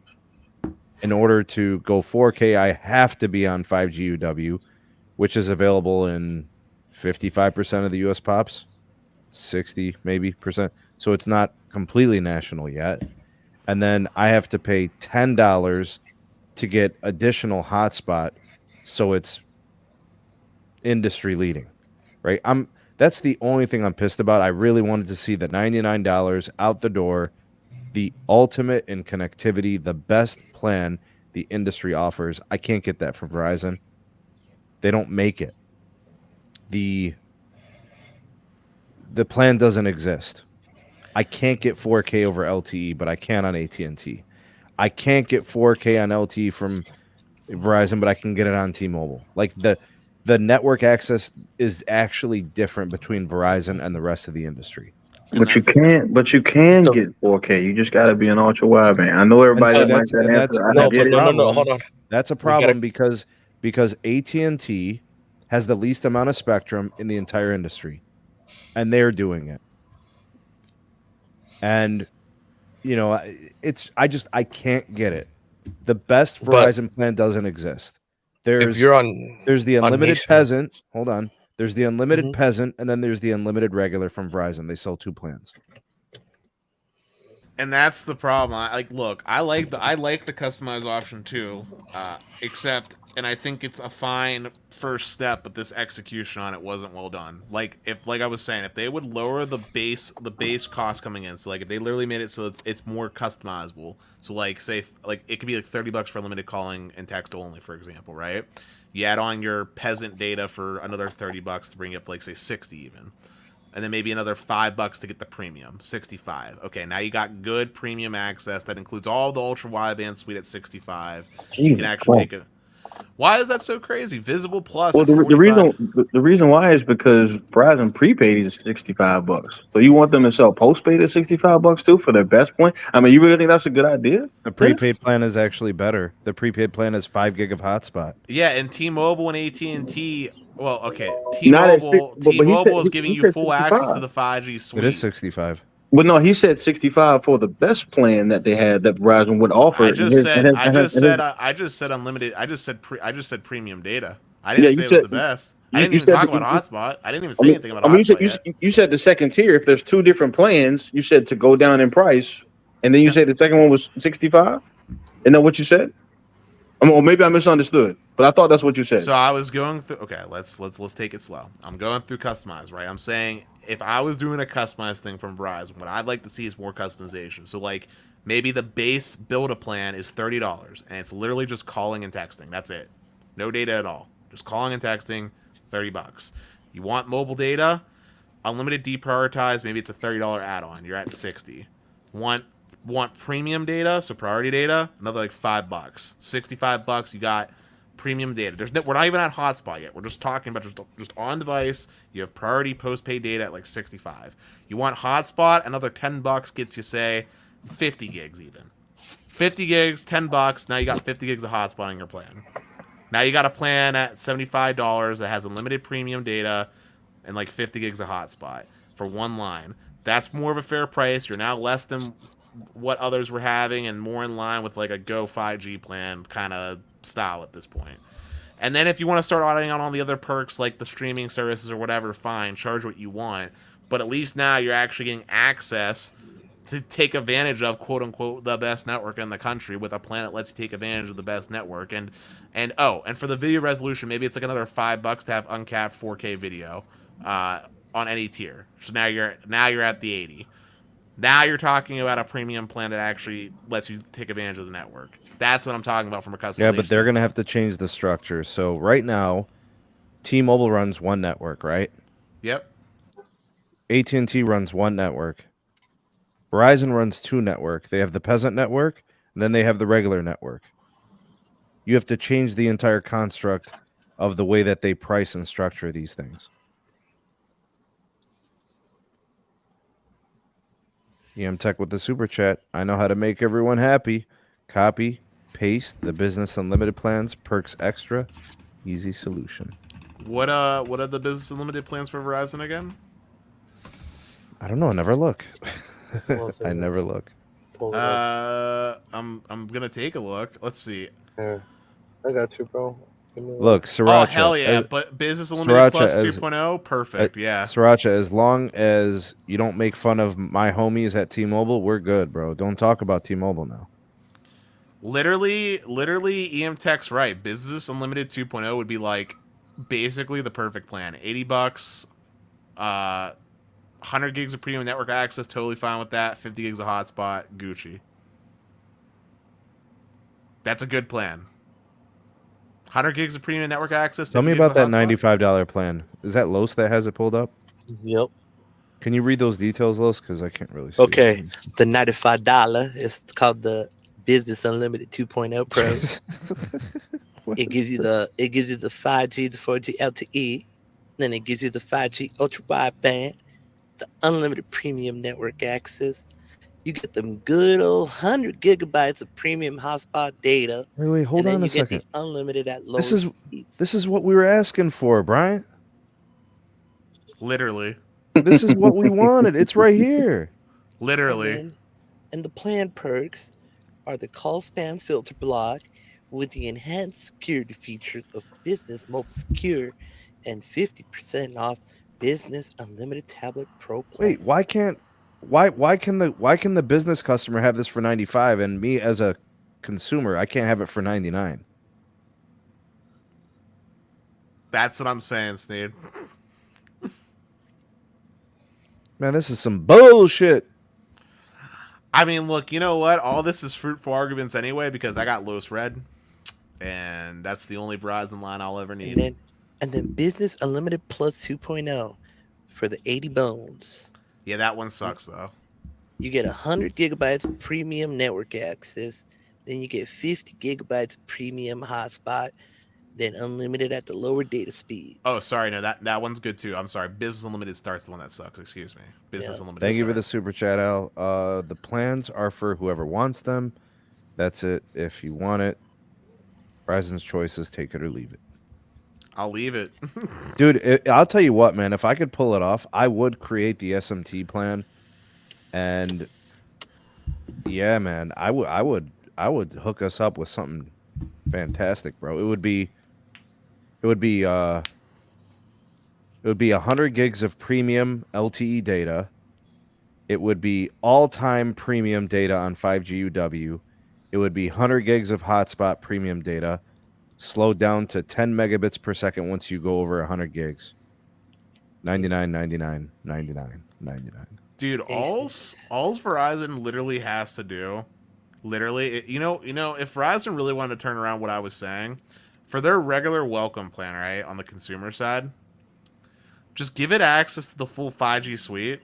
You can keep it deprioritized data, but just give it full access to the 5G suite and don't hard throttle the ultra wideband at 25 meg. And if you're on ultra wideband, let you get the uncapped video on the welcome plan. Boom. You've instantly made it a much better plan. Much better plan, much better value at a much more reasonable price point. And it makes sense to actually add on perks on top of it. Dude, maybe I got to work out a deal with Mint Mobile. They can give me a unique plan through T-Mobile. We could do like what MS is saying. We call it Sneedius Maximus. Dude, you don't want to do that, man. T-Mobile's already got like I want my own 10,000 plan, choices. bro. Why are you hating? So Sneed. So I don't know if you guys, well, we talked about it, Sneed, but guys, that you might want to check in your areas. We live in a major market because on nationwide 5G and 5, the video's uncapped now. Not in my market. Not in my market either. You might want to force it and check because this just happened within the last 48 hours. Well, Verizon's literally only got like, they're still doing DSS for their nationwide over here. That's what people think. They've a lot of places they already put, because they have 20 megahertz of N5 in those markets, and they kept the 10 on LTE and then they put a separate 10 for N5. I don't think they got 20 here in Pittsburgh. I think AT&T has the bulk of it. Yeah, that would be that'll be an obstacle. Well, I can't remember where. There's somewhere in New York where AT&T has majority of the N5, and Verizon took it off LTE and they put it on dedicated now. Sneed, do you still have access to that spectrum map real quick to confirm that? But I'm pretty sure AT&T has pretty much all the band 5 in Pittsburgh. They probably do. How's the uplink for AT&T over there? God tier, you've seen it, like over 100 meg when I run speed tests at my place. Yeah, man. Yep, I mean, let me clarify this real quick. God tier if you're not on the N77, unironically, because if you're on N77, then you're not. You lose bandwidth. You lose throughput. You lose uplink throughput because you're losing the carrier ad combo that you get when you're on the dedicated N5. It's crazy, man. The uplink, the quality of the signal on the band 5 is just so much better. I don't know if it could be a hardware limitation of the 14. I'm not sure, but that's been my experience. Oh man, I feel like I might have had a stroke over the course of the show. Oh my god. Yeah, bro, talking about strokes. Jeez Louise. I actually got a little more angry than I wanted to. I'm sorry. But shit, Carlos. What? Remember I just ran the fast.com speed test? Yes. And I was getting 7 megabit? Well, it's on cap now. Literally it's like at 72 right now. All right, Carlos, I'm turning on the lowest red line. What? It just happened in the last hour? I told you it's the last 48 hours they've been doing it.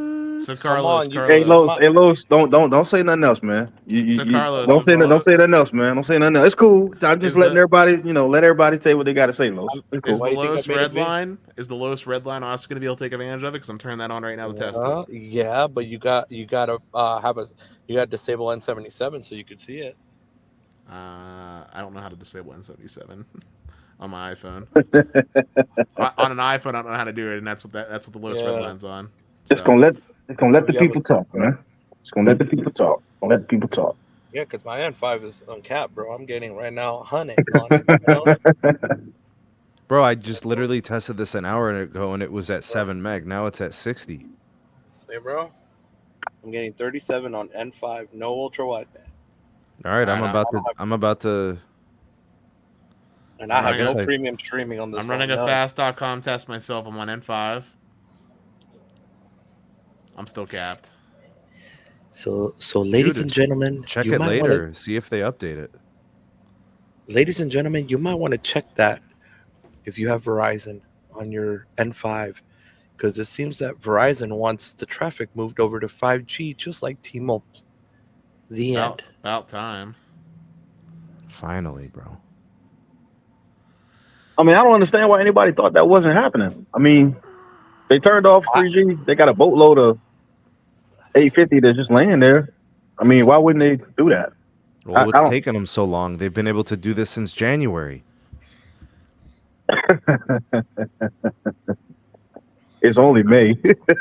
No, it I was. mean, It it's was only because, 5 months, bro. I mean, what could Yeah, you that's do in not that 5 months? long. That's not that long. What could They you do just in 5 months? Tell me what you do in 5 months, bro. I mean, what? 5 months is not a 5 months is not a long period of time, though. Is what I'm trying to say. Like, I mean, To it's not a do it long period of time to change a setting? across 3,000 counties in a country as big as this. so Yeah, that's not a long time. Bro, you got quality assurance engineers and network Yes. leadership engineers in every one of those markets, bro. so Sneed, this is I'm basically. sorry for having So expectations. You My know, it's not. bad. It's nothing. There's nothing wrong with having expectations. But all that I'm saying is, I don't think 5 months is a long period of time. I for don't us get to- it. You know bro. what took I it? really don't.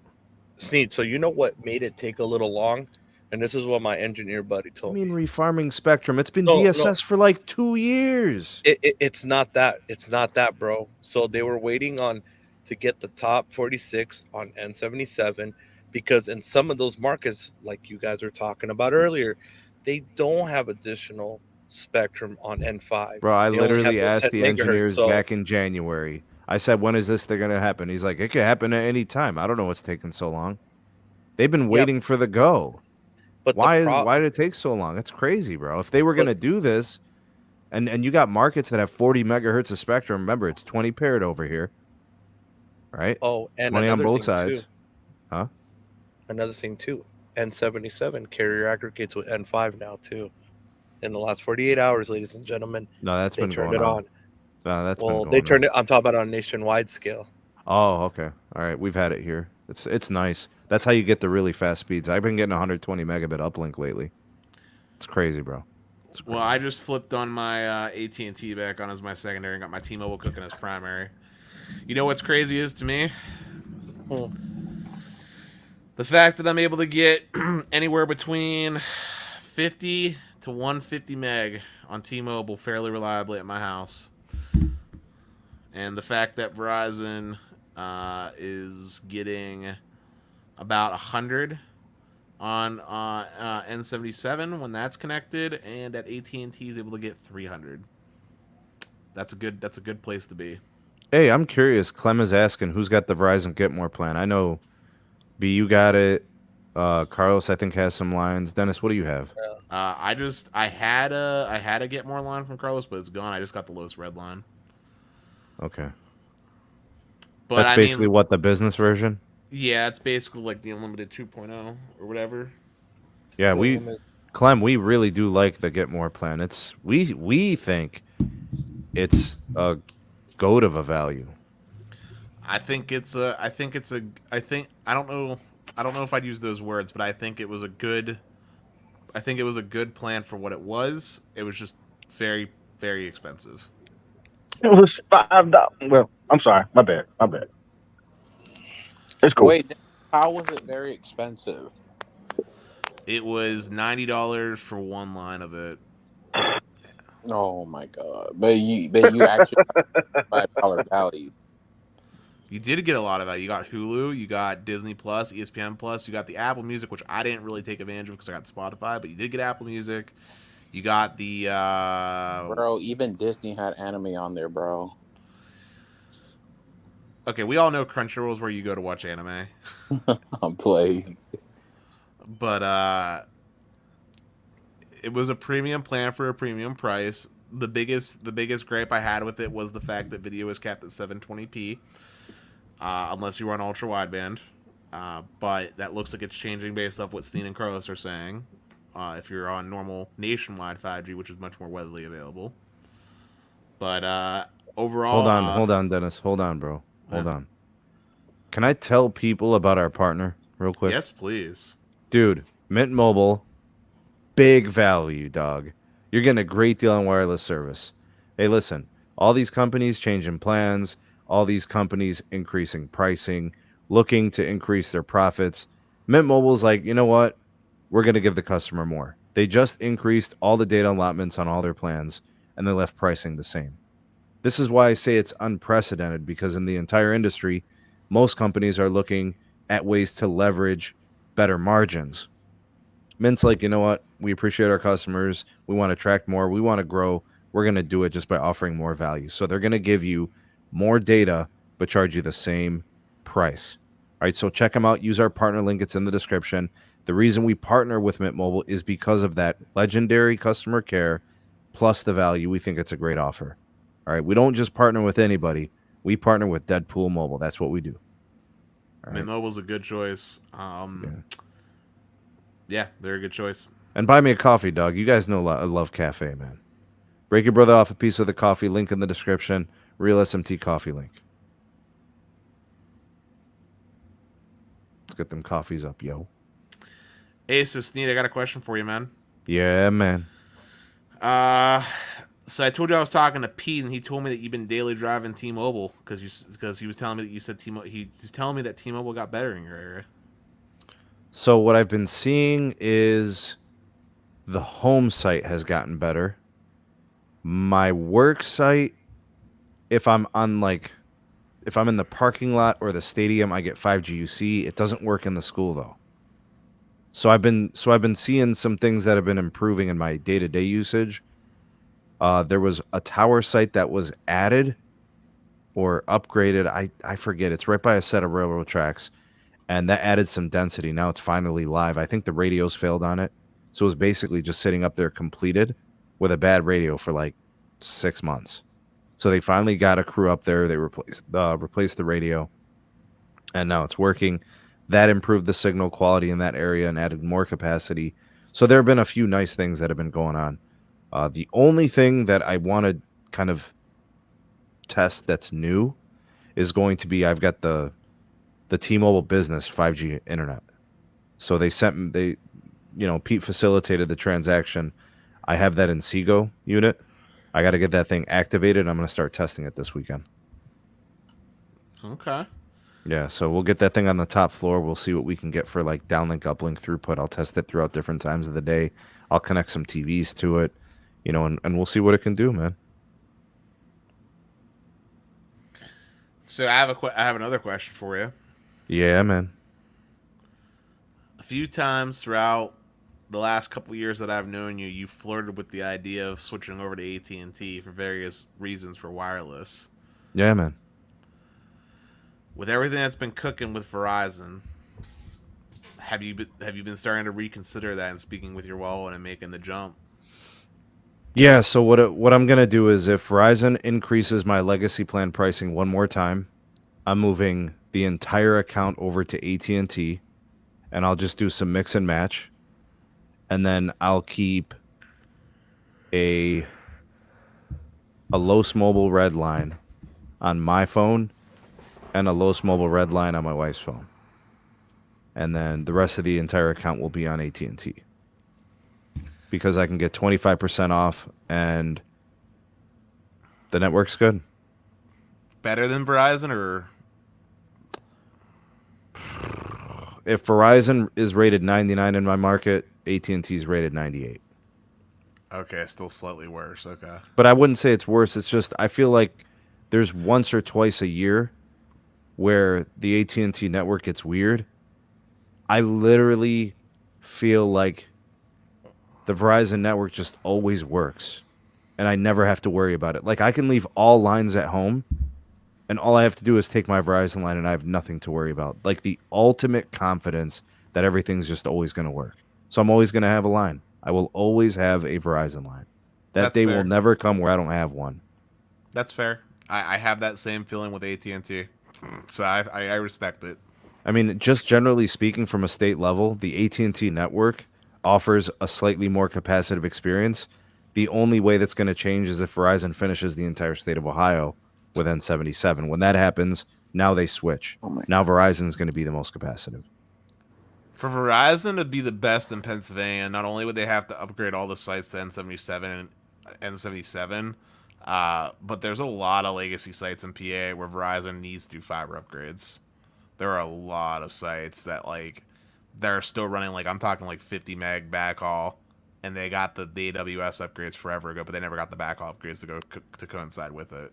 So you get 30 megabits per second or something? Yeah. But that's talking rural. I'm not talking in the actual city. You'd have to drive. You're probably talking about driving at least an hour away from like Pittsburgh. But you start doing that, you'll start seeing a lot of legacy sites like that where they have AWS, like they have 66 and 13 on it, but the backhaul's still 50 meg. Hey, big shout out to Franco. Thanks for supporting, man. He's a member and he's throwing us a super chat. He said, let's all get together, buy some Mist 2.0 for Dennis's New Balances. Dude, Dennis, if you ever catch Dennis outside, he's wearing the flops, dude. He's wearing sandals, some Hurley shorts with like the zipper pockets, and then probably some Cellular branded t-shirt, whether it be the AT&T shirt that Moose hooked me up. Well, didn't hook me up, but helped me purchase. I paid him to help me purchase it because of his connects. And then got the Mint Mobile t-shirts, dude. Oh, man. I still got those Mint Mobile, the free Mint Mobile merch that Aaron sent me back in the day when we were doing best phone plans. Bro, I thought you were rocking Atherton hacks. I got a couple of those t-shirts, too, off their little app, you know. Listen, I wear the branded merch. I'm down for it. Hey, Brian, what do you think Verizon's going to get rid of the video cap?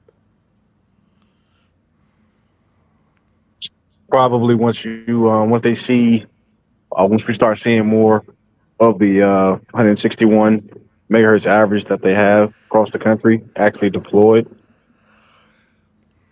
Do you Probably think when it'll we start to see them. here? Say that again, 250 million pops, 270 million pops. What they said at the end of the year is when they'll start being able to turn on a lot of the places that they don't currently have the ability to transmit at. So I would say maybe the end of this year, going into the first quarter next year is when we'll start to see that really big jump, or maybe 50, 60 million pops. So See, I got them getting to about 250, 260 by the end of the year. So yeah, that's once why we get I was thinking that once we get T-Mobile around at? there, I think they're at 270. by the end of the year, 270. Yeah, I think no. He was asking about T-Mobile. I thought T-Mobile was around 270 right now. Yeah. So Yeah, they might be a little bit more. I don't know. That was the last earnings, so we'll call it 270, 275 maybe. And Yeah, where once do you they see him get- at the end of the year? I think Verizon has a good shot to be right there at the end of the year. They probably upgraded sites. Maybe they just have the stuff on, but they just aren't transmitting on that stuff yet. So I mean, I wouldn't be surprised if they very quickly in the fourth quarter are able to jump several tens of millions of customers. So that would be a good thing. They will have less people who don't have the ability to, access 4K and all that kind of stuff. So it'd be good for the consumer. But Sneed, where do you see T-Mobile sitting at end of year for their mid-band rollout? I got them past 300. Oh, really? Yeah, I got them past 300. I think 300 million. Whatever.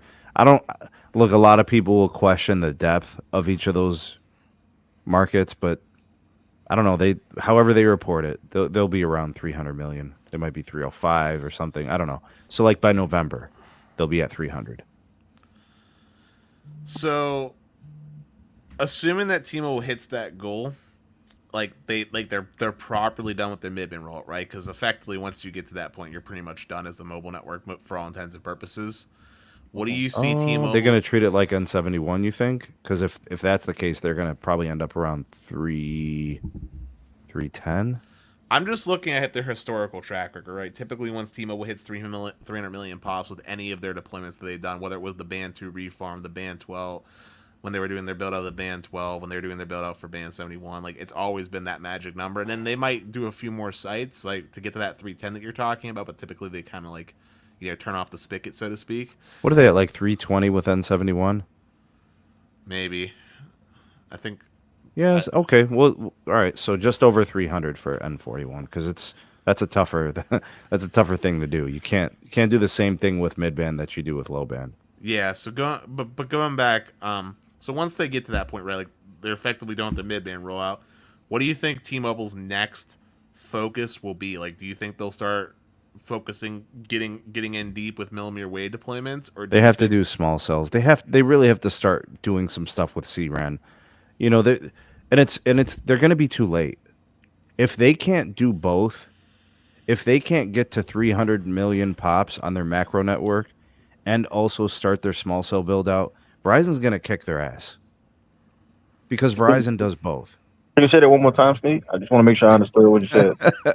If T-Mobile cannot start densifying with CRAN right now, Verizon is going to kick their ass because Verizon is doing both. They're upgrading their macro network. It'll be done in 2024. And they're also going to have CRAN and 40,000 millimeter wave nodes. And T-Mobile's going to take 10 years to build 40,000 millimeter wave nodes. Yeah, with that less than $10 million capex, you're probably right. Can I throw out a hot take that I feel like is going to get a lot Get of heat? spicy, Dennis. Get spicy. My hot take is I don't actually think the millimeter wave small cell deployments are going to matter for another 5 years. I don't think that's going to be the thing that necessarily matters that much, with rare exceptions being like venues and like airports. But like on a broader scale, like the everyday consumer, like I don't think it's gonna matter. If you went around every airport and stadium and did all of the major markets in the country, you need 40,000 millimeter wave nodes to cover the major airports. To cover the major airports, stadiums, arenas, and major markets with like the downtown areas, you need 40,000 millimeter wave nodes. What's needed? If not more, you might need 60,000, 80,000. I don't know. What's needed? Verizon said that they've already got 30,000. So are you saying they need another 40,000? Or are you saying they need 10,000 more? Verizon, by the time T-Mobile has 30,000 millimeter wave nodes, Verizon will have 150,000. Really? You think? Yes, really, yes. Mm-hmm. Which is why what is so outrageous about that? Dude, Verizon has 30,000 today. They have like 35,000 millimeter wave nodes, and they literally it feels like they put it on pause, but they're about to kick it up again. Like, what do you think Verizon's going to do once the C-band macros are done? Personally, you think they're going to do nothing? Personally, I think they're going to sit on their cheeks like they did when they were done with the AWS build. God. Excuse me? They did what? What? Verizon didn't do much after the AWS, but they started doing CB. What the hell? Man. Bro, Dennis, man. are you real life, bro? They did the little bit of CBRS. Do you know how many small cells Verizon has built across this entire country? Something like 60,000. That means they have like 125,000, 150,000 cells across the country. Who says these things, bro? So after AWS was done being built out by Verizon, right? They did all the splits they possibly could on the macros for the AWS to relieve congestion. They finally started doing the millimeter wave because that was their only option, and a little bit of CBRS, right? It's not that it was their only option, Dennis. It was like they knew that they were going to be doing this, so why sit around? So that debunks what you just said. You said they're going to sit around. But they don't sit around. They don't do that. But the moment they got access to C-band, right, we saw a de-emphasis and a defocus on small cell deployment. Dennis, I got footage. I got videos in the vault right now. They're about to go live this weekend. 7 new small cells. 7. I have no idea when they built them. They just showed up one day. I hadn't driven in the area for a couple of weeks. 7. So you're telling me that now they're going to start to rest because you just decided that something unprecedented that's never happened before. Verizon's gonna sit around. Okay, Dennis. All right, Dennis. Literally, I'm not even playing, dude. I talked to Sneed the other day, bro. 4.5 mile stretch, nonstop, getting nothing but 4 gigs, dude. Millimeter wave up the wazoo, and I'm not talking about on the strip. I'm talking about in the east side of Vegas. Hold on, I think I know what Dennis means now. I think Dennis means rural. They're gonna sit around because they've upgraded the macro network, but in the metros, they're not gonna stop, dog. Their network is going to be insane. So let's talk. Dennis, am I right? Is that where you're going with this? The macro network? Pretty much, yeah. Okay, so outside of rural, right? Metros, it's absurd. They are not stopping anything, dog. So what after the rural sites have been modernized and capacity has been added via C-band, what else would you suggest get done in rural markets that you know? 10 gig fiber, that's it. 10 gig fiber. That's it. Well, For I mean, rural that's America, it's but upgrade that's the macro network and 10 gig fiber. That's it.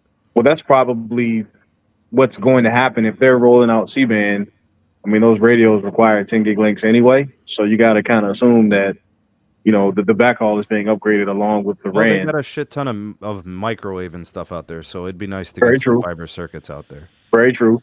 Yeah. And I don't as I know. was saying, they still got 50 meg backhaul to macros that were upgraded with AWS, and this is a build that those sites haven't been touched in like 7. They're not gonna rest though, man. The metro shit's gonna be crazy. They're gonna have the most insane network. Like, I don't try to like toot anyone's horn, dog, but like, I believe Sampath when he said that they're gonna have the best network in the world. Because in metros, I agree. I think it is going to be the best in the world.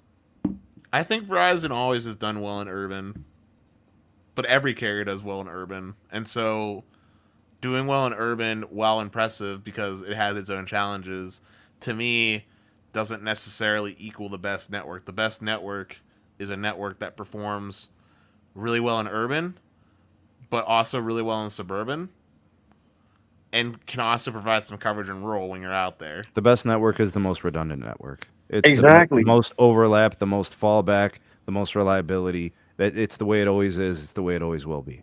And the one network that relies on a macro grid only has one tower go down and the shit's over. the one that's the most consistent. We got T-Mobile, who just now started caring about network excellence. We got AT&T, which sometimes they're focused and sometimes they're not. And you got Verizon, which has been chugging along for multiple decades. And now all of a sudden, because of one bad, quote unquote bad 2022, now they're gonna sit on their hands. Well, if we're talking about redundancy in Pittsburgh, I'll tell you the network patterns. AT&T is like a 4-leaf clover when they deploy their cell sites, if you can picture that, as far as the overlap goes. Yet Verizon is like a donut around the city where they got cell sites surrounding and like. You know what we got to do, Dennis? And like one in the middle. What's up? Well, you know what we got to do? It's been a while since we did this, but you remember when we used to do the RootMetrics updates? Yeah. Why don't we look at some markets, man? Let's see if they added some more first half stuff. What do you think? I think that sounds awesome to me. Yeah, man. You talking about doing it tonight or when? Like right now. Okay, yeah, do it. Yeah, man.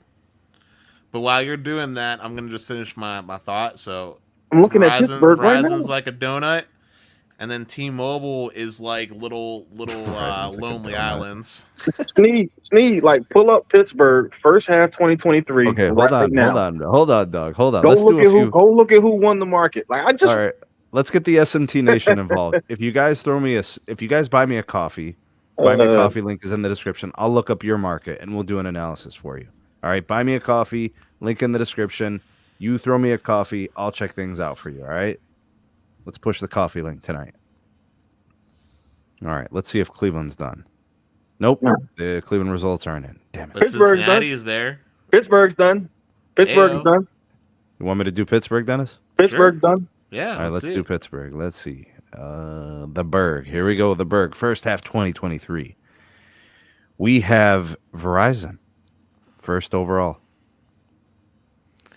It says here that AT&T's median download speed increased from 134 to 204. Dennis confirmed the N77 is tremendous. It is tremendous. All right. T-Mobile's median download speed increased from 245 to 336. Have you been seeing T-Mobile getting faster, Dennis? Yes.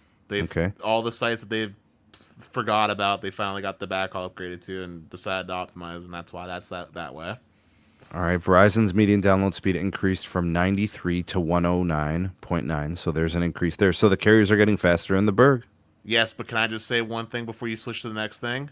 Mm-hmm. This coincides with what I've been saying with what I said that T-Mobile got better than Verizon, and Verizon's the slowest. All right, let's see here. AT&T network reliability through the roof, as is Verizon's 99.2 and 99.1.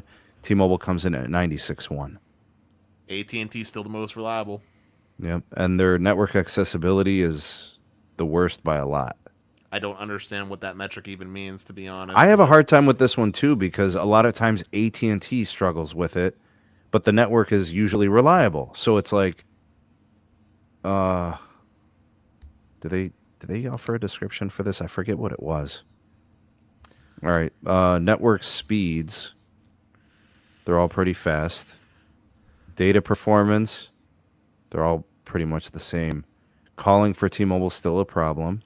Verizon, AT&T the best. And the texting, T-Mobile's the only one that's not rated 99 or higher. So, as someone that lives here, can I provide extra clarity? Yeah, man. Can we take a look at the map too, Dennis? Absolutely. But Here's the map. Here's the map, Dennis, right here. while you're doing that, I wanted to say the T-Mobile calling problem, not as bad as it used to be. It's actually improved a lot. As long as you're not on standalone N71, it's actually pretty solid. Like especially on LT, it's actually pretty solid. As far as data performance goes, what RootMetrics is showing as far as disparity is very, very accurate. And the reason for that is because I've talked about this before.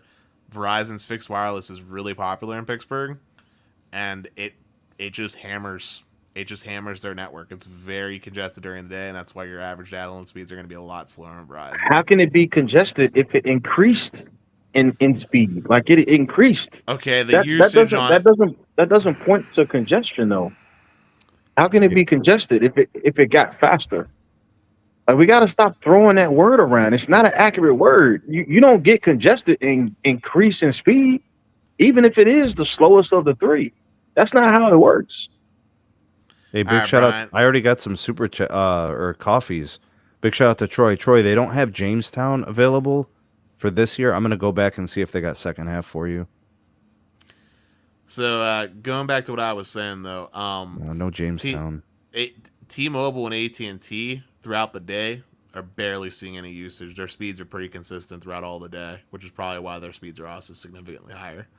They're not seeing mobile traffic. Troy, if you want to give me a different city, like a neighboring city that's more of a major market, let me know and I could do that for you. What's the nearest big city for Jamestown, New York? New York, maybe? Is that right outside of New York City? Jamestown? Oh, Buffalo. Okay, let me see if I can do Buffalo for you then. Maybe it's... Okay, Buffalo is done. Buffalo, New York is good. Verizon, 99.5 overall. AT&T, 98.9. T-Mobile, 97.7. Reliability, Verizon, 99.8. AT&T, 99.6. T-Mobile, 97.8. Accessibility, AT&T still having trouble. Verizon and T-Mobile are a little bit better. Network speed, they're all really fast. Wow, that's incredible. Data performance, they're all really good. Call performance, T-Mobile has a little trouble. And then texting, they're all good. That dash means it got worse, right? That dash? It means it's worse than the last time they tested. Yeah. So, like, how much it went down. So if the bar is big, that means they dropped off considerably. But that can be different from test to test, meaning they tested different locations, and maybe the network had a bad day and they had a couple bad tests. So. But Buffalo looks pretty good for most carriers, for all of them. It's a pretty good network to be in. Let's see, and there was another one too. This one is from Joe. Joe, what city did you want, Joe? Let's see here. What did Joe say? Joe said, come on, Joe, tell me which city you want, doggy. Well, while you're waiting, Troy said Erie, PA, if it's on Erie, there. PA? Yeah, we could do Erie. Let's see.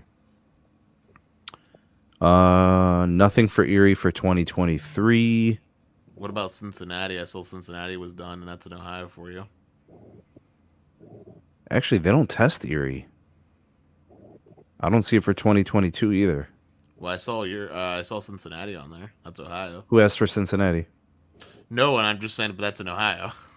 Yeah, but that's like Southern Ohio, bro. That's by Kentucky. Yeah, it's not even remotely close to it. Joe, if there's a city you want me to do for you, dog, let me know. Carlos, Omaha. Kira, Okay. Portland. Omaha. And then, Joe said Omaha, and then after that, Portland. Okay. I don't see Omaha for 2022. Really? Did they stop testing Omaha? They used to test Omaha. Okay, there it is. First half 2023. Okay. Omaha is good, buddy. Let's do it. Verizon 99.8, T-Mobile 98.9, AT&T 98.7. Network reliability. Verizon basically got a perfect score, 99.9. Verizon 99 in network accessibility. T-Mobile and AT&T are back a little bit. Network speed. Verizon scored perfect score 100.0. T-Mobile 99.9, almost perfect. AT&T Where's this at? 97.9. Verizon 99.9 in data performance. T-Mobile 99.6. AT&T 98.5. I get the impression. So Verizon looks to be a little bit better than both in Omaha, but AT&T and T-Mobile are pretty close. So if pricing doesn't matter, you could choose your carrier, I guess. You know, they're all performing pretty good. All right, so that was Joe's. Sneedy, what impression I'm getting from the last few markets we looked at? What's that? All the carriers have done a good job upgrading and actually being competitive in these markets. Agreed. And that's the best thing for consumers. Hey, yo, Sneed. How's the CLE looking, bro? CLE doesn't have data for 2023 yet. Do they have it for Vegas or no? What I see. Oh, I saw Philly. I saw Philly. That's where EM Tech, or not EM Tech. That's where. Let's Yeah, do. I mean, what I see. Of course, Vegas. Verizon is the king, of course. All right, Vegas. I already know. For Vegas, Verizon 98.9, T-Mobile 96.8, AT&T 96.5, and Los. That's how you rank them, don't you? Yep. Network reliability, Verizon 99.3. Everybody else is at 97. T-Mobile has the network accessibility on lock at 97. Verizon 95.6. AT&T way back at 86. Bro, AT&T has problems with accessibility. This is so... I don't get it. That's so unusual. Their speeds are good. Their reliability is good, but the accessibility is not good. It's weird, man. T-Mobile has the network speed, 99.9. Verizon 98.4. AT&T 98.4. See, they have speed. Data performance, T-Mobile 99.7. Verizon 98.7. AT&T 97.6. And then for calling, Verizon almost perfect, 99.4. AT&T 96.2. T-Mobile has problem with calling, 93. And hey, Sneed, how many times I drop calls on T-Mobile, bro, when we talk? Sneed, the accessibility test, I looked it up real quick on Google, on RootMetrics page. The accessibility test aims to answer the question of how long does it take to access the network. So it's latency? It's the description is a holistic look at accessibility performance across data, call, and text, and includes latency results during data testing, as well as speed results during call and text testing. So I guess ping times? Sounds about right, yeah. Hey, big shout out to Franco. He's got the super chat just coming in here. Change the company name to Bryant Wireless. Thanks, Franco. Appreciate the super chat, man. Let's see here. Still waiting on Modesto. All right, man. Come on, Zero Cool. We know you love Modesto. It's gonna get a perfect score. We already know, man. New York. Here's New York City, tri-state area. Verizon 99.5, AT&T 97.9, T-Mobile 96.7. Reliability, Verizon 99.6, AT&T 98.6, T-Mobile 96.8. Accessibility, AT&T again on the back end of it at 90. Everybody else is at 97 or better. Network speed, Verizon 99.9, T-Mobile 99.7, AT&T 98.6. Data performance looks good from all of them. Call performance, T-Mobile got troubles. Verizon almost perfect. Bro, what's up with that text, bro? I saw only 2 dots instead of the 3, bro. Go back to that text. Huh? Go back to New York and go to the texting score, bro. Oh, the texting? It only showed 2 dots, bro. What the heck is going on there? It's a tie between Verizon and AT&T. Yeah, Verizon 99.5, AT&T 99.3. Dang, bro. Come on, man. Texting is the easiest thing. I know. So there are a lot of people who keep talking about like congestion and throwing that word around. And based on what we're seeing here, I call cap. Where's the Verizon congestion? I don't see it. I see a page with a bunch of markets to the right, and I see a bunch of red dots. Like I don't see any other carrier right there on the page. I mean, congestion where, man? I just don't see it. I don't see it. Let me do some member markets. Let me do Orlando, Florida, and Kissimmee. Kissimmee or Kissimmee? Tell me, which one is it? I know it's Florida. That's how you pronounce that. But is it Kissimmee or Kissimmee? It's Kiss Me. Kiss the chef. Verizon 98.6, AT&T 98.1, T-Mobile 97.4. That actually doesn't surprise me. Down in Florida, AT&T is freaking cracked. For reliability, Verizon 99.2, AT&T 98.7, T-Mobile 97.9. Accessibility, Verizon 96.4, T-Mobile 94.8, AT&T 92.6. Network speed, T-Mobile 99.2, AT&T 98.7, Verizon 95.3. This might be a market where Verizon will have to densify, upgrade backhaul, and get those N77 upgrades. That's pretty clear. This is the first time we've seen them this low on all the markets. And they still won overall, though, even despite I think, area of opportunity. you know what I think it is, Bryant? The reliability, the accessibility gives them those little boosts. How's calling? Calling's very good. Wait, pause on data performance. I wanted to look at the improvement in Florida. Dude, T-Mobile went up to 273 as an average down and 20 up as a respective. Holy, that's a really good average speed. And then yeah, they're fast, bro. Does it say anything for AT&T? For data performance? Yeah. 98.6. T-Mobile's 99.1. No, if you scroll down on the left-hand side where it gives you like the script, does it say anything? No. No, nothing mentioned there. They're really liking what T-Mobile's doing there. Yeah, Florida's a T-Mobile and AT&T market, man. Like as a state, T-Mobile performs really, really well down in like. Let's check out Miami for Steven. Let's see what that's like. I was just about to say Miami. AT&T's strong down there too. All right, let me see if Orlando's done too. Orlando's Miami's where done. Disney World is, right?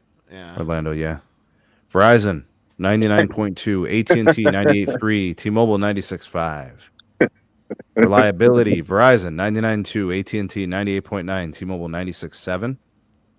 Accessibility, Verizon 99, T-Mobile 96.4, AT&T 92.6.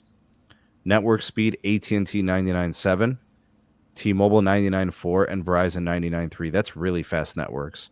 Yeah. Wow, all three are really good. Data performance, 99 or better from all of them. In fact, they all got 99.3. Calling, Verizon 99.1, AT&T 97.6, T-Mobile 92.8. So Verizon's still the GOAT in calling. You're always going to be making good calls on Verizon, bro. It's always going to be that way. Orlando for half 123 is a go. AT&T 98.5, as is Verizon. T-Mobile at 97.2. Network accessibility, AT&T at 99.3, Verizon 98.7, T-Mobile 97.4. Verizon in network accessibility, 97.8, T-Mobile 95.6, AT&T 90. What the hell's wrong with AT&T's accessibility, dude? It's seriously something weird. Network speed. Okay, so this is market number 2 where Verizon speeds trail the competition, right? So T-Mobile 99.7, AT&T the same, Verizon 95.7.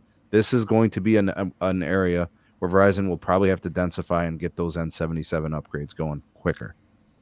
All right, so they got work to do. Data performance, T-Mobile 99.4, AT&T 98.9, Verizon 97.3. Calling, Verizon the GOAT 99.3, AT&T the GOAT 99.3, T-Mobile at 94. So calling an issue in Orlando for T-Mobile. Text, they're fine, whatever. But Sneed, why is calling always a damn issue with them? They'll never get it right. It used to be AT&T. Remember that? Back then, it used to be AT&T the one that had the major calling issues. I don't know, man. I don't know why that's so hard, bro. Let's see if we can get Scott. What did Scott ask for? Hartford, Connecticut. Hey, Sneed. Yeah. This is great. As you continue, can we flip to the states as well when you get a chance? I'd like to see if there's any. Okay, cool. Thank you, man. You got it. All right, overall performance in Hartford, Connecticut. This is half 2 of last year. Verizon 97.9, AT&T 96.7, T-Mobile 92.9. Reliability, Verizon 98.2, AT&T 97.5, T-Mobile 92.8. I'm getting the impression that T-Mobile's got some troubles with the network over here. Accessibility, Verizon 98.1, T-Mobile 96.1, AT&T 91.9. Network speeds, they're all basically the same. T-Mobile a little bit faster than the other two. Data performance, they all look about the same. Verizon a little bit better than the other two. Calling, Verizon 96.3, AT&T 95.7, T-Mobile at 85.6. So they got calling troubles there. Damn. Yeah, so and you know what's crazy, Los? You see how big of a difference their scores are? That's Yeah. what brings T-Mobile's score down overall. Right? You see how it creates a lot of space. Yeah. They're calling so bad it impacts their overall score.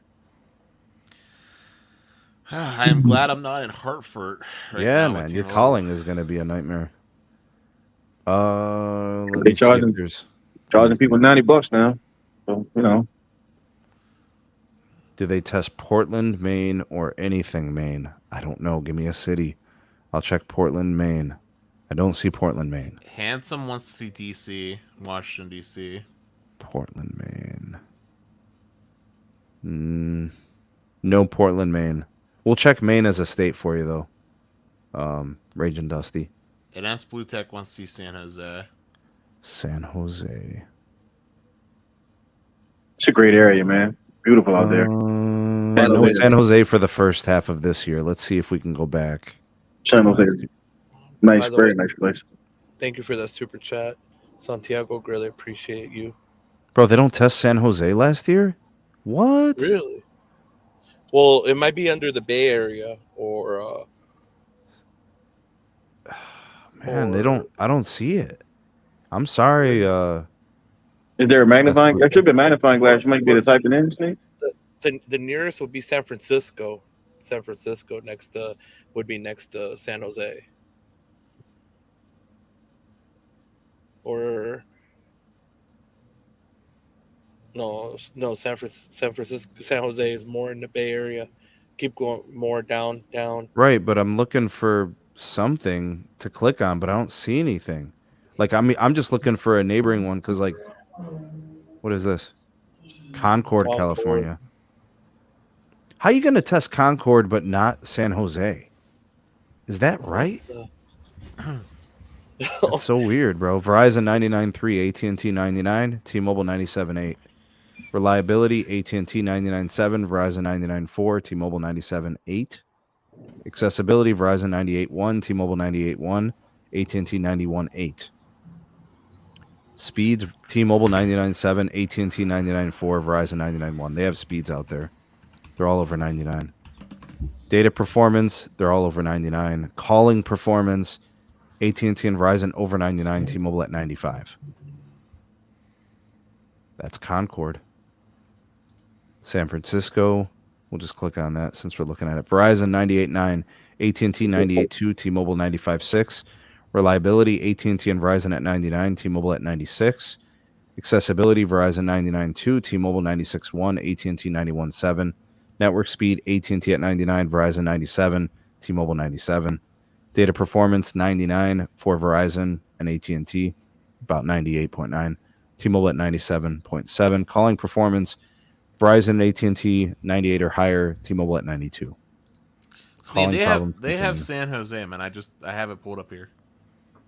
Really? Yeah. Where share it's it's here. Hold To the on. left, Sneed. If you go search, there's a field where you can type in a market. You may be able to do that. I'm sharing it. This is San Jose, California. See, first half of 2023. Maybe I should just start searching because you're right, Carlos. It does pop in there, but it's for last half. No, this is for first half. Oh no, it's first half. Yeah. AT&T 98.5, Verizon 98.0, T-Mobile 96.3.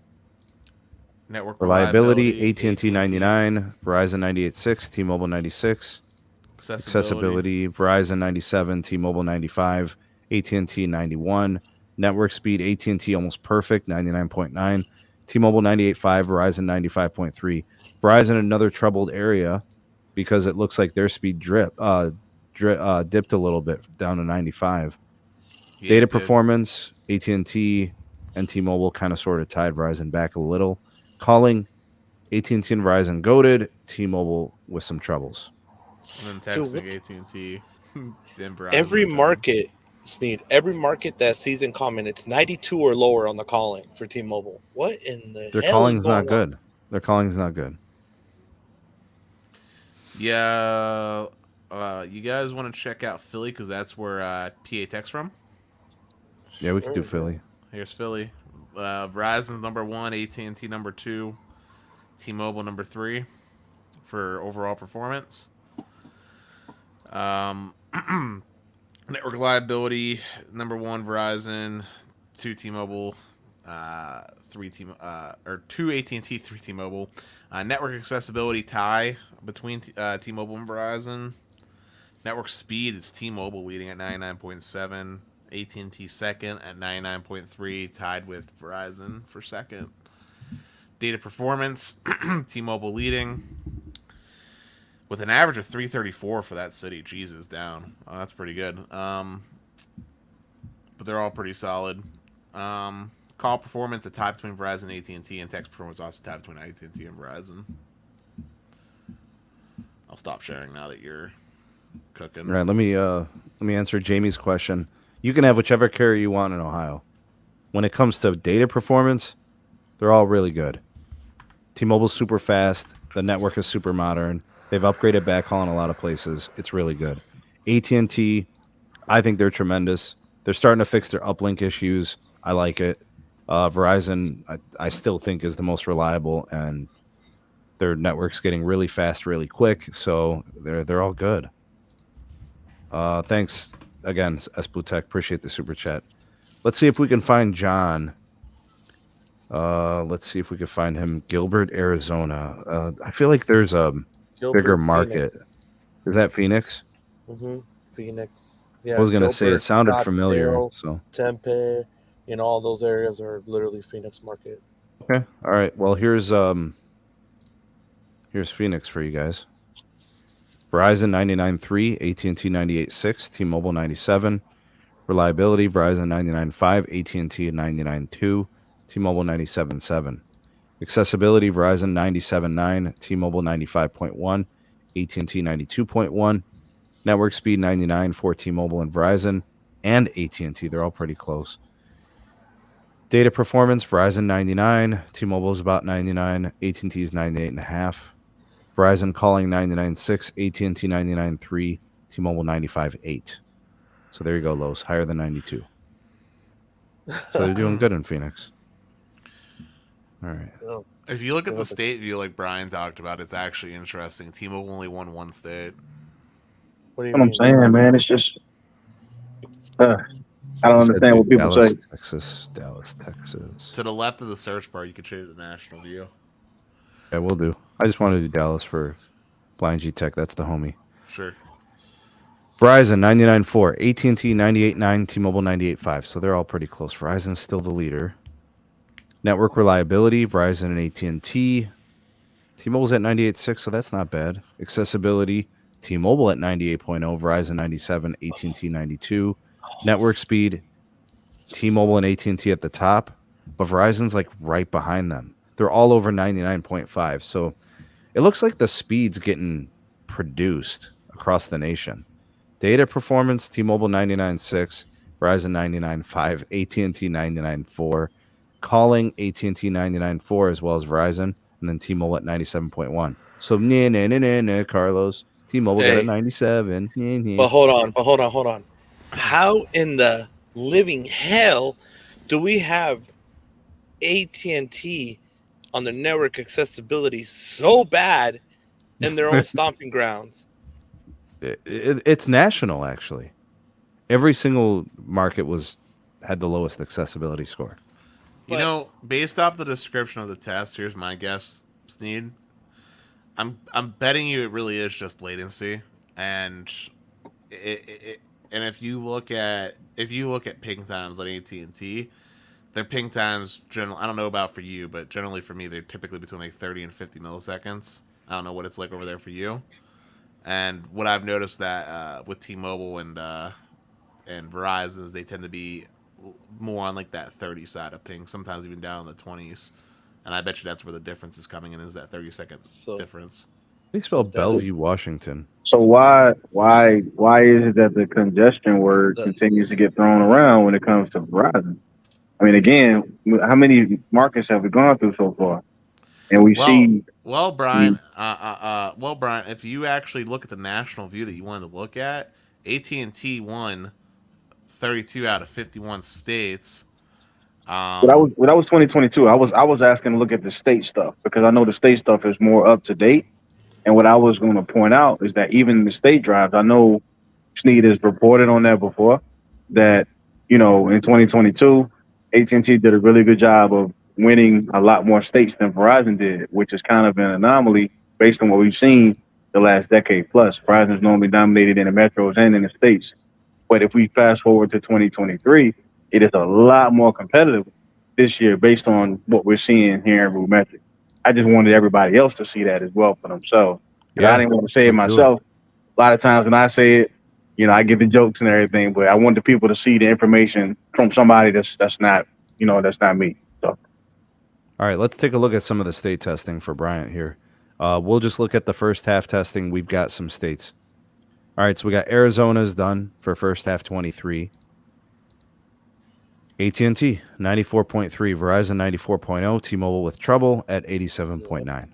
Sounds about right. See, so here's what I want to do for state testing. What I want to do is I want to look at the spread, the separation between each carrier. How big of a difference is there between each one?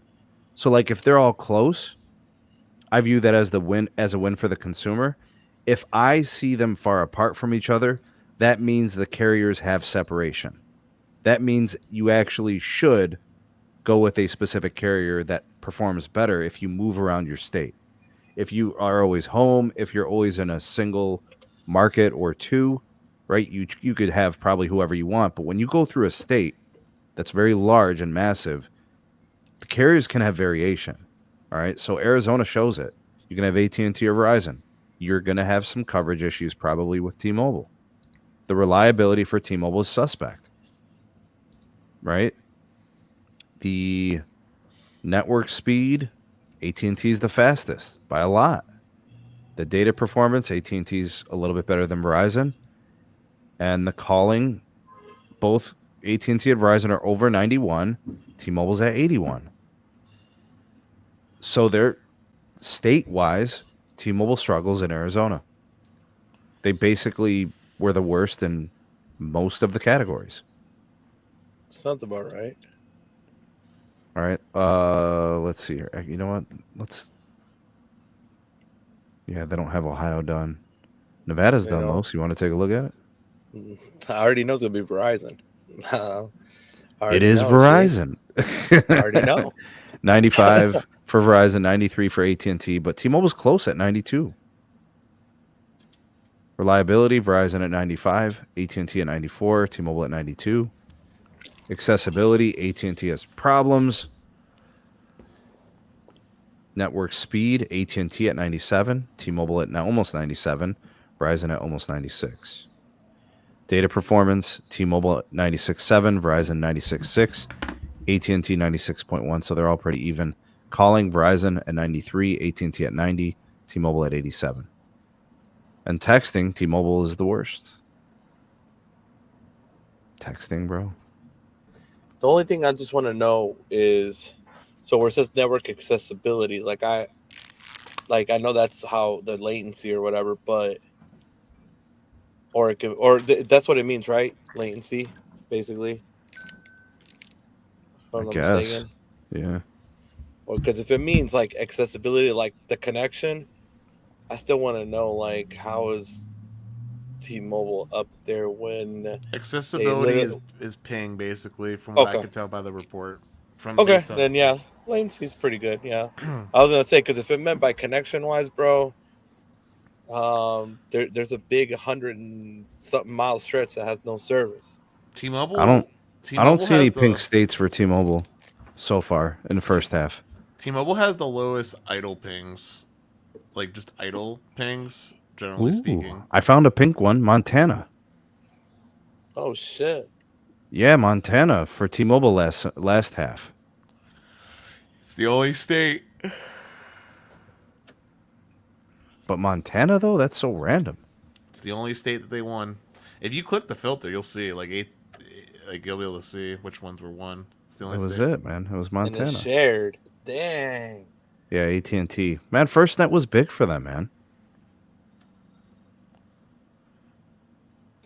And Like I they've said, always been, I guess, good. if you in scroll my out opinion. all the way, so all the states are in coverage, AT&T won the most states. Verizon came second, and then T-Mobile came well behind in third as far as winning the states. And of course, the state of Pennsylvania was won by AT&T. Let's see here. AT&T. Verizon. Who's the best carrier in the U.S.? AT&T. Yes, 96.4. Verizon, 95.9. T-Mobile, 91.3. Looks like AT&T is the best network. According to RootMetrics, you need to be on AT&T, folks. National. Look what Tanner said. Oh my god, that is so funny. AT&T is the devil. Damn, bro. The crazy thing is he's not the only one who's gonna say that. He ain't the only one, dog. Hey, I'll take the devil I know. At least he'll give me a good deal in work. The only carrier that has separation in calling is T-Mobile. They're not good. Yet they charge $90. I mean, no mix and match. I mean, they coming at people hard as far as the money is concerned right now. It's almost like nobody really cares. If I'm calling someone on T-Mobile, it's going to be over IP. So you're saying you're going to use like WhatsApp or something? Yeah, because their actual calling looks bad, bro. I gave up. Steen, I've called you plenty of times on T-Mobile. You never complained. Yeah, but it's not good for me. I know. I understand it could be good for you. I'm saying it's not good for me. I've dropped calls, man. Yeah. Bro, actually, the bigger problem is the FaceTime calls. The video calls are atrocious. I dropped video calls. Bad, but that's I dropped video calls standing next to the damn tower site, bro, like fifth of a mile away. Earlier, bro, I was that video I put up earlier. So I didn't know the T-Mobile tower was literally across the street from me. And it said to upload the video. People thought I was really BSing them, bro. And on the Google Meet, and I showed them. It said 1 hour, but I was getting like 80 upload. It said 1 hour, bro, and it was literally the numbers. Every couple of minutes, you'll move like 1 or 2%. I'm like, damn, dude. Verizon was only getting 7 upload where I was at. The video uploaded in 4 minutes. I don't know how. I got some cohorts in the Wisconsin. AT&T goated 97.0. Reliability 98.2. AT&T is like way better than Verizon and T-Mobile in Wisconsin. Way better. It's always been that way too. It's always been that way in that state. It's just the accessibility for AT&T. It doesn't make any damn sense. Wisconsin's always been the state of cheese and AT&T. I think we found Verizon's congestion. It's in Wisconsin.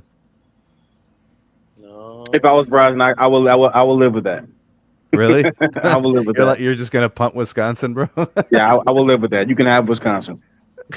T-Mobile's calling in Wisconsin. Oh my god, man. bro! 79. It's because it's because T-Mobile doesn't have any like 600 megahertz deployed there, and they didn't have any like band 12 either. Bro, appreciate it, Tana. Thank you, man. Thanks for the super chat and a member, also huge supporter of the channel, man. Thank you. Bro, it's not called Wisconsin. It's called Wisconsin. Wisconsin?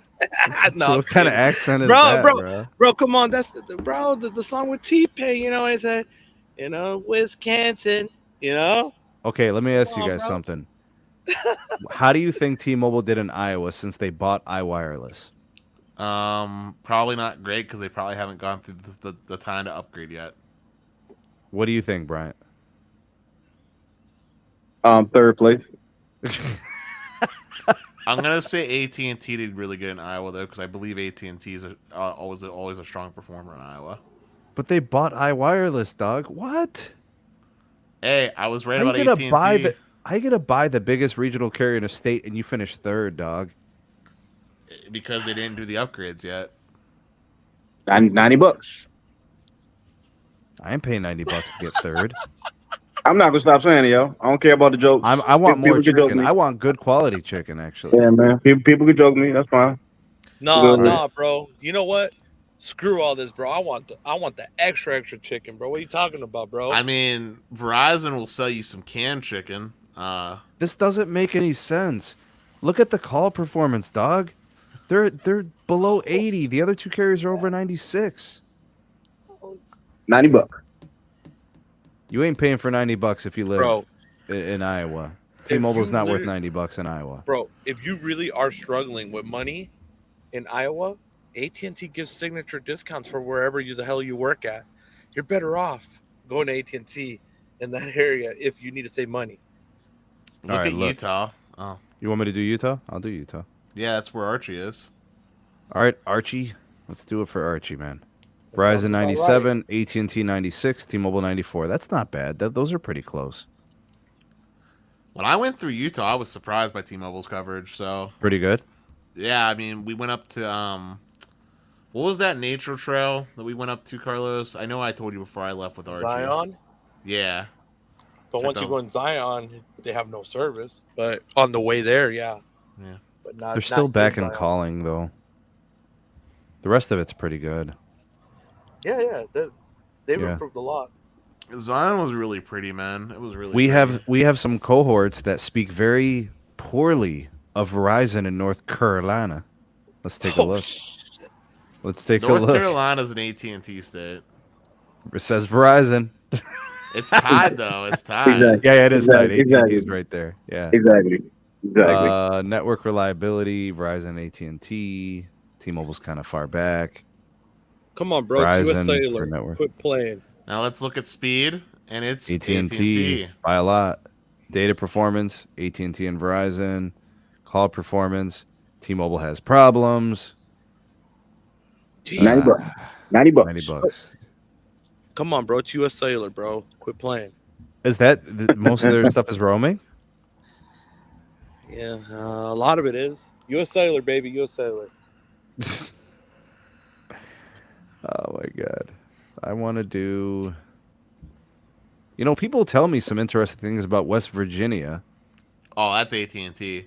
Oh yeah, absolutely. Yeah, that's AT&T. Yeah. Dude, it's not even Yeah. a question. Verizon literally has like almost Yeah, no but native T-Mobile's got coverage down Chantel, bro. They should be better than this. there. Listen, T-Mobile, I don't know why RootMetrics has it showing there, but I'm telling you right now, Verizon has like no native coverage in West Virginia. It literally goes, it's AT&T.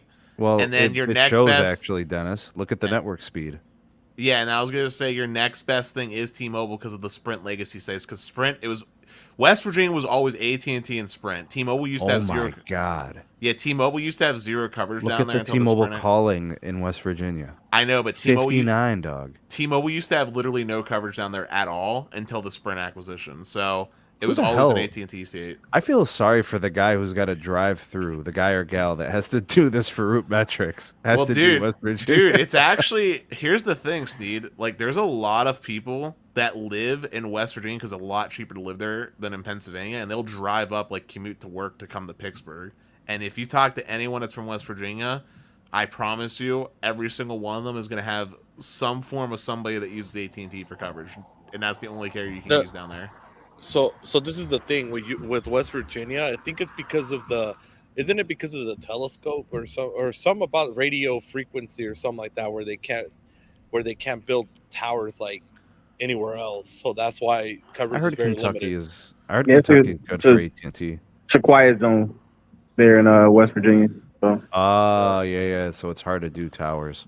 yeah, that's a huge reason why. No, Verizon- but seriously, if you have Verizon in West Virginia, you'll legitimately have no service throughout most of the state.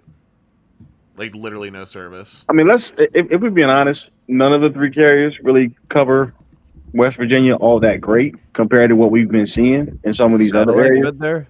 And a you lot do of it, satellite calling there. well, a very, very nice chunk of the state is in a quiet zone. So You know- you can't do much there. So it's kind of set up to be quiet. It's So you're that- not yeah, really going to be able to do a whole lot of building there. And because of the spectrum holdings that AT&T has, they're able to, of course, transmit in frequencies that don't violate those federal laws as far as the quiet zone is concerned. So to Dennis's point, West Virginia has been an AT&T state for quite a while. But again, if I was Verizon, I would punt that state as well. I would punt that. over there, you need iSat or Iridium, bro. That's what you need over there. Those are your All right, two we main got Kentucky. providers. I've heard AT&T is good there. Sure, looks like it. AT&T 93.8, Verizon 91.7, T-Mobile 83.6. Reliability, AT&T 94, Verizon 92, T-Mobile 82. Verizon for the accessibility, 93.6, T-Mobile 92.5, AT&T 87. Network speed for AT&T is 98, T-Mobile 93, Verizon 92. Data performance, AT&T, then Verizon, then T-Mobile. Calling, AT&T 91.6, Verizon 87.7, T-Mobile at 71.8, way behind the competition. If you want a good Verizon state, look at Tennessee. $90. Tennessee. More chicken, dog. Or chicken. Okay, apparently I lied. AT&T is better now in Tennessee. I lied, I guess. Verizon has network accessibility. Tennessee. Jesus, Verizon came in worse than T-Mobile for network speed. Call performance, T-Mobile's in the 70s again. Well, They $90. can't do the basics, bro. They can't do the basics. $90. do you want to look at the holistic state of Pennsylvania? PA? $90. No mix and match. Yeah, Pennsylvania. Getting hacked all the time. The best state. AT&T 98, Verizon 96, T-Mobile 93. Reliability, AT&T 98.5, Verizon 96, T-Mobile 93. Network accessibility, T-Mobile 95, Verizon 94, AT&T 93. Network speed, AT&T 98.5, Verizon 95.5, T-Mobile 94. Before you flip off that screen, let that sink in for a moment. AT&T meaningfully faster. Continue. Data performance, AT&T 98, Verizon almost 97, T-Mobile 96. It's pretty good. Calling, AT&T 98, Verizon 94, T-Mobile 88. Wait, let that pause for one more second. Meaningful difference in AT&T call quality in Pennsylvania as a whole versus Verizon. What's up with the accessibility, though, dog? Meaningful difference. I'm just saying, whenever people think I'm blowing smoke up their ass about No, AT&T we know that being AT&T is goated. good in those states, man. We know. Hey, man, the data is what it is. You definitely have to acknowledge, let the truth be told. I get it. If you go to Pittsburgh, though, I just want to make sure that we understand, based on the data. I'm just saying, since we're looking at data. Pittsburgh, man. I'm saying, Yeah, Pennsylvania, I'm with you 100%. There's no way to dispute anything that we just saw. We all saw a lot of blue. But if we go to Pittsburgh, we saw red. I rest my case. You saw ties, basically. I mean, that's not a tie. That's not a tie. I'm saying if you look at the network speed, data performance, call performance, and text performance, and reliability, it was all ties. I mean, overall, it says Verizon there. I'm just saying. Does not say AT&T. So all of the venom for the big red in Pittsburgh, it seems to be unfounded. But that's Brian, you take your Verizon to Pittsburgh. I'll take my AT&T. We'll see who loses service first, and I already know the answer. I don't know, man. I mean, RootMetrics took their Verizon phone. I'll take you on a nice drive around Pittsburgh. We'll see who keeps service longer. I mean, look at the map. I mean, it's right there. I see it, and I live here.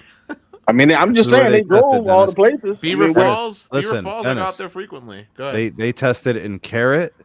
They tested in Mount Lebanon.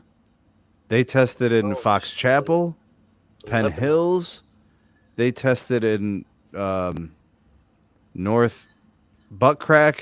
Yeah, like, I mean, where else did they miss? I mean, Pittsburgh's not that big, so where? I mean, I don't know. Blind G Tech is pointing out the fact. Literally, network accessibility is the only reason why. Chill out, bro. Chill out. Hold on, you got EM saying, "Snood, check your handset, bro." He said. Bro, there's too much stuff going on right now. You guys want me checking my text. I got trying to put up this map. You got double chicken going on. Dennis is tripping. I can't keep up, bro. Hold on, 90 Here's bucks, bro. 90 90 bucks. 90 90, bucks is still 90 bucks, happening. man. 90 bucks. 90 bucks. I love Hey, yo, it, bro. look, if y'all want to pay that, I'm good with it, yo. I can't tell nobody spending money, but 90 bucks. I'm just saying. I ain't see a whole lot of pink on any of these maps, any way you slice it. But y'all got it, man. 90 bucks. 90 bucks. Double chicken. Double chicken, please. No, I'm not paying any more, but I want more chicken. 204 More chicken. megabits per second versus 109 megabits per second. I'm not here. I get you. That's true. But it's only one right there that's got a one beside the name. I didn't see anybody else. And like I said, as far as congestion is concerned, it's hard to be congested and have an improvement in your network speed. You know, one time Just I saying. looked at Denver, Colorado for T-Mobile, and their score was like 17. I don't know what happened, but let's see if they. Looks like they fixed it. Pink Thong's about to be on sale. You crazy, Darren. T-Mobile's really good in Denver. In fact, I'd honestly argue that in Denver, that T-Mobile. Oh, they are really good. Wow. Like, I'd honestly argue that. The calling is still behind the competitors, though. Yeah, but like, I'd honestly argue that T-Mobile's honestly probably the best carrier to have around that Denver area to like Longmont area. They might be, man. Hey, they're right there. Verizon's right there, though. Is this Denver right here? Yeah. Who won? Okay, so all right. So Listen, you know Pete lives out in Longmont, and he'll tell you T-Mobile's honestly the best in Longmont. It's fucking goated. Dude, T-Mobile, listen to these increases. T-Mobile went from 62 median to 270. Verizon went from 33 to 110. That's pretty substantial, dude. They must have did a lot of upgrades. I wonder what the market share is in these areas. Because I mean, I think all dominates the NFL market towns, Verizon is taking the cake for. Okay, so I wouldn't expect if that's the case. I wouldn't expect Verizon to be the fastest in any of those places if they got, larger they got a lot of market share. Oh yeah. Yeah, I wouldn't expect it. Oh damn.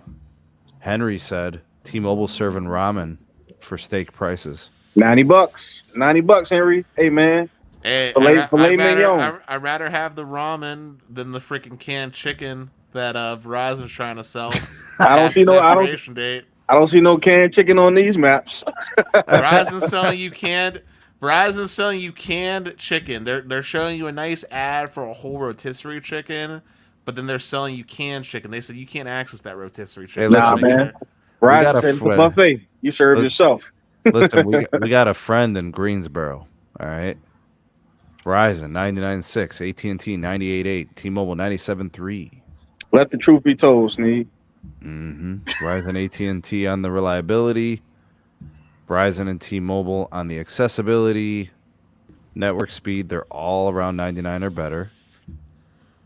Data performance, T-Mobile and Verizon, but AT&T is right there. Call performance, Verizon, AT&T. That's pretty good stuff from Greensboro, actually. All right, we got a super chat. This one is from CJ. Personal experience, Verizon owns North Carolina, especially in rural Northeast North Carolina.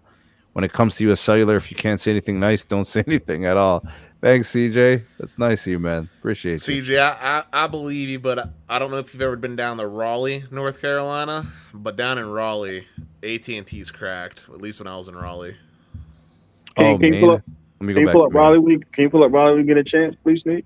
Yeah, I'll do Raleigh next. Let me do Maine real quick. Okay, yeah, I'm sorry. Yeah, I know Rusty was asking about okay.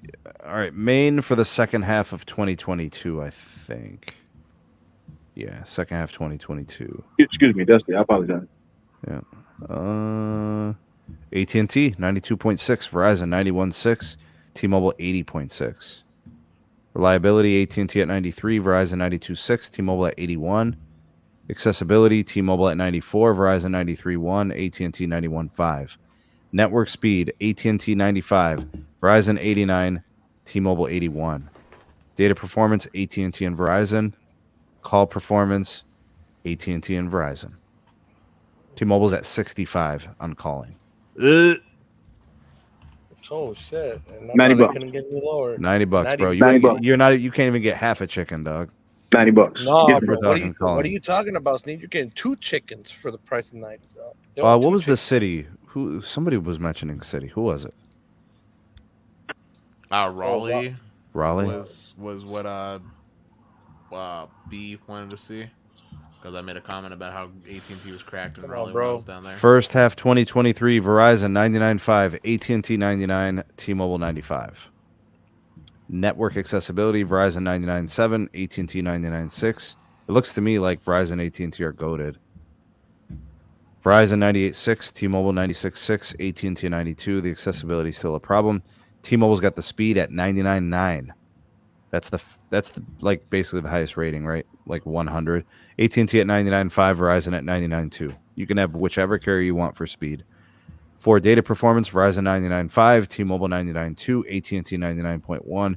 Calling, AT&T 99.6, so is Verizon. T-Mobile's at 89.8. So basically, calling is the Achilles heel of T-Mobile again, and it really brings down their overall score. Look at the average speed real quick. The average speed increase, 72 to 170 meg for AT&T, 322 to 387 for T-Mobile, and then 67.2 to 114. Verizon almost doubled their speed. AT&T more than doubled their speed. Almost tripled, yeah. Yeah. So they're getting fast in Raleigh. Like I said, when I was down there, AT&T was pretty cracked. Anybody AT&T ever been to formidable, man. St. Lucie, bro? No, I don't think I've ever been there. But yeah, AT&T is definitely formidable. I mean, it's a good company, man. It really is. When we started the show, we all kind of agreed with that. AT&T is not anybody to underestimate at all. It's a good company. McAllen, Texas. What? Verizon, AT&T, T-Mobile. They're all good. Wow. Bro, T-Mobile actually hit calling here. Well, imagine that. Bro, listen. When you see T-Mobile with a total score above a 97, basically they hit calling. Look. Whoa. 98.9. They hit calling. The hell just freeze over? Dude, big shout out to the engineers in McAllen, Texas. Y'all the goats. They made it happen. Holy crap. Y'all the goats. The broke clock is right twice a day. Oh, man. He had to do it, bro. He hit him with the broken clock. Did you know that a garbage can get a steak? He can. Dennis wanted Cincinnati, bro. Verizon. Who is this? Where's this at, Sneak? T-Mobile Cincinnati, speed Ohio. decreased actually in Cincinnati from 371 to 311. They got to kick up the backhaul. They ain't spending. Verizon doubled their speed, almost. AT&T went up like what? 60%, 70%, 80%. Yeah. Appreciate the super chat, Gel. Said what I missed for the past hour and 49. Dennis Some tripping. bickering. You know? Hey, it wasn't unwarranted tripping. I was being called a liar. That I didn't know what my own state's pricing was. You ain't got to lie, Craig. You ain't got to lie. That I didn't know what my own state pricing was. The only thing you missed, bro. I don't think anybody called you a liar. I don't think that's the truth at all. That's not what I said. Not at all. Yeah. Let's do this one for Daniel, son. Wichita, the Verizon. AT&T. Hey, looks like T-Mobile hit their calling again. Sure did. 98.2. Yeah. There is a miracle. Dude, look at Verizon and T-Mobile with the speed though in Wichita. Damn, son. AT&T. Even AT&T, 99.9. I ain't never seen nothing like that, bro. I'm still waiting to see this Verizon congestion, except for West Virginia. Where's this Verizon congestion everybody keeps talking about, man? I'm sorry, except for West Virginia. I apologize. Yeah. And Wisconsin.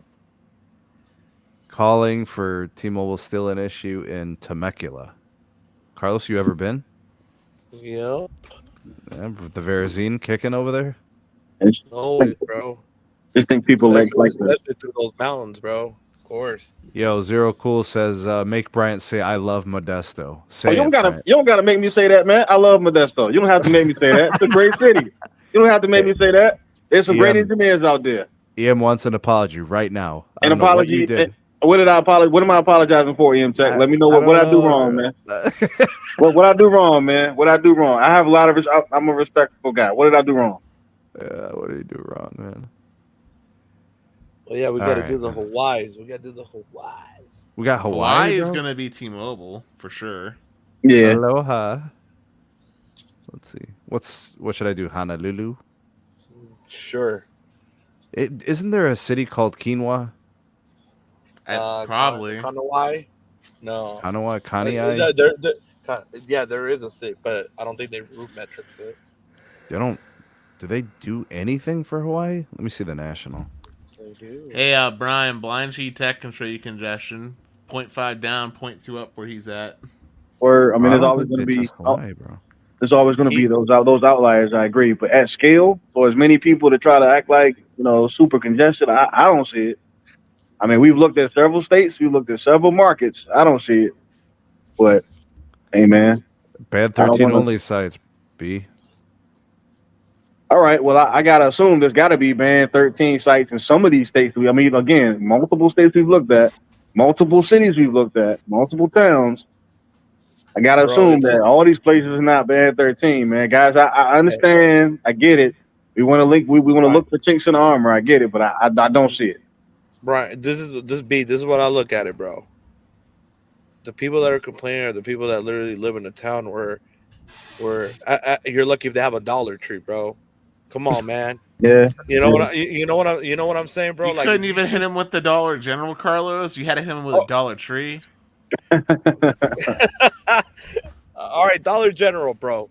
But at the end of the day, bro, you choose. I mean, you wanted to live in the countryside, remote as hell. Then it is what it is, bro. Like, connection is going to be harder because who the hell's going to want to spend money when you only have, let's say, 80 customers or a couple hundred at most? All right, So, Carlos, we need to play some true false. Hold up. Carlos, can I say that same thing about you when you were complaining about earlier wanting fiber? Well, bro, it is what it is. I found my options, right? I'm using Starlink. See? I made it happen. Okay.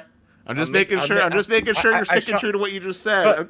But I shop for my options. You get what I'm saying, bro? Like, I'm using my options. So if it's really that bad, then make your options work for you. If not, then stop paying them, go back on a landline and quit crying. Straight up. Or get a satellite phone. Which mountains are we talking about? 'Cause, I mean, that's like we looked at several states that have mountains in them, and Verizon did well there. So I mean, I'm not sure which parts of them. I don't know, man. I don't know. So nobody ever had slow speeds on T-Mobile, like nobody ever. No, I mean, as of right now, like the base pricing, T-Mobile's the most expensive. I mean, they charging you $90. And so there's nobody on this podcast ever gets any slow speed. You keep referencing the pricing for Go 5G Plus, and I'm not going to stop doing it. And I'm not going to stop doing that because that's what they charge. I understand if you add the perks and pull the rabbit out the hat and have multiple lines and all that jazz. Okay, let me state this because this is important. The top tier plan or the entry plan, right? To get on the network at T-Mobile for a single line is how much? Forget the perks. Just to get on the network, the top tier plan for T-Mobile is $90. Verizon is $80. before taxes and fees. Okay. So it's so even if it is the $12 that you talked about, Verizon's still only $2 more. So I mean, pricing has never been more competitive than it is right now. There were times when Verizon used to be $50 more than this competition. Now we're arguing over $20. We're arguing over $12. So for $2 more, you're getting not uncapped video. T-Mobile's giving you uncapped video. Perhaps they should cap more of their video so they can get some calls. Maybe they should cap more of their video. Hold on, bro. I'm not talking about the. I would exchange that. I would exchange that 4K for an ability to make a doggone call. Hold on. I apologize, Sneed. Go ahead, man. What I'm saying is when I'm looking at, because we've been looking at the root scores, right? If I look at the state level, the better networks are at Verizon and AT&T. And the most expensive plan is at T-Mobile, who doesn't win states. Or cities. They don't win national. They don't win states. and they win in some metros. They still have calling issues, which is the most basic fundamental ability of a cellular network. Now, Sneed, what's the cheapest cost plan to get on T-Mobile? Like how much does it cost? Yeah, What is it, Dennis? $45. What is the plan called? It's the Essential Saver or whatever, where it's like They don't have that plan no more. The basic or whatever. What's they got the rid of cheapest it? plan, Carlos? Yeah. It's whatever the essential savings is. Okay, if it's just essentials, then it's $60. So about the same price as Verizon. I mean, again, we're talking about like Verizon's $20. what, 65 for Yeah, it's $5 difference. Again, so we still talking about Abraham Lincoln. I mean, it's a $20 to $25 difference between the most expensive carrier, T-Mobile, and the least expensive carrier right now, Verizon. Verizon's not the least expensive. I don't know where you're getting that. No, I'm getting it from what they've advertised. Again, it's $90 and $80 and $85. It's the most expensive plans for all three carriers. I understand. Again, I acknowledge taxes and fees. I get all that. So really the best national network and on most states based on pricing is AT&T. Because they win states and they're cheaper than T-Mobile and slightly more expensive than Verizon. Is that what we're going to say for the premium plan? I mean, that's what the numbers do say. I would say that the states in 2023 have been more competitive than they were in 2022. Verizon is definitely getting up there and they're doing what they got to do. But to your point, Sneed, I mean, AT&T is formidable. They are winning multiple states. They're doing well. They're doing well. But if you look at the metros, it's no contest. It's not even close. It's not close at all. Verizon basically, the reason they crush metros is because of the redundancy. They got a lot of sites. They operate a very well overlapped, redundant network, and their engineers are very good there. See, I give metro areas a lot of credit because you have dense populations, you have all types of events that take place. Like the networks are built to fail in metros, and these carriers find a way to make it happen, man. It's crazy. Big shout out to the engineering teams, man. Keep us cooking. Agreed. It's a candy dish, Ned. $90. $90. More chicken, bro.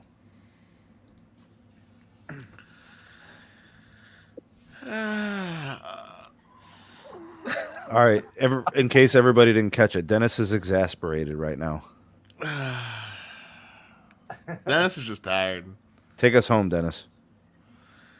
Well, first, let me just say, Bryant, I know we had a very aggressive show tonight, but I still respect and love you, man. Right back at you, man. I enjoy talking to you, Dennis. I really, really do, man. We may not agree on everything, but I enjoy talking. I can't say that about everybody. I enjoy talking to you. I really do. Every time you're on the show, I get excited because I know I'm gonna learn something from you. I know you're gonna have a well-articulated argument. I know you're gonna be respectful, even with you saying you were upset today. If that's upset, Dennis, I'll take that. So cool. Thank you for that, and I hope you feel the same way. The respect is definitely mutual, man. Thank you, man. I just want to make sure we ended on positive notes, so no one out there thought we were actually upset at each other. We're good. Carlos, I don't get to talk to you as much as I should be, man. But good to talk to you as always. Sneed, thank you for having me on the show. Thanks, and for man. everyone that's a part of the community that's been around for God knows how long now. I always love seeing your friendly faces and reacting. You guys are awesome. I appreciate you supporting my man Sneed. He's a good guy, and I hope that anybody that's new or ends up rewatching this in the future subscribes and give the video a thumb. And then I believe Sneed will be doing another show over the weekend. I'm assuming, right, Sneed? I'm gonna do a Patreon on Sunday. There you go. Check out Sneed's Patreon if you're not a part of it. I've been a part of it now for years. And the extra content's always worthwhile, so definitely take advantage of that. But you all have an awesome night and enjoy your weekends otherwise, and stay safe. Thanks, guys. Peace out.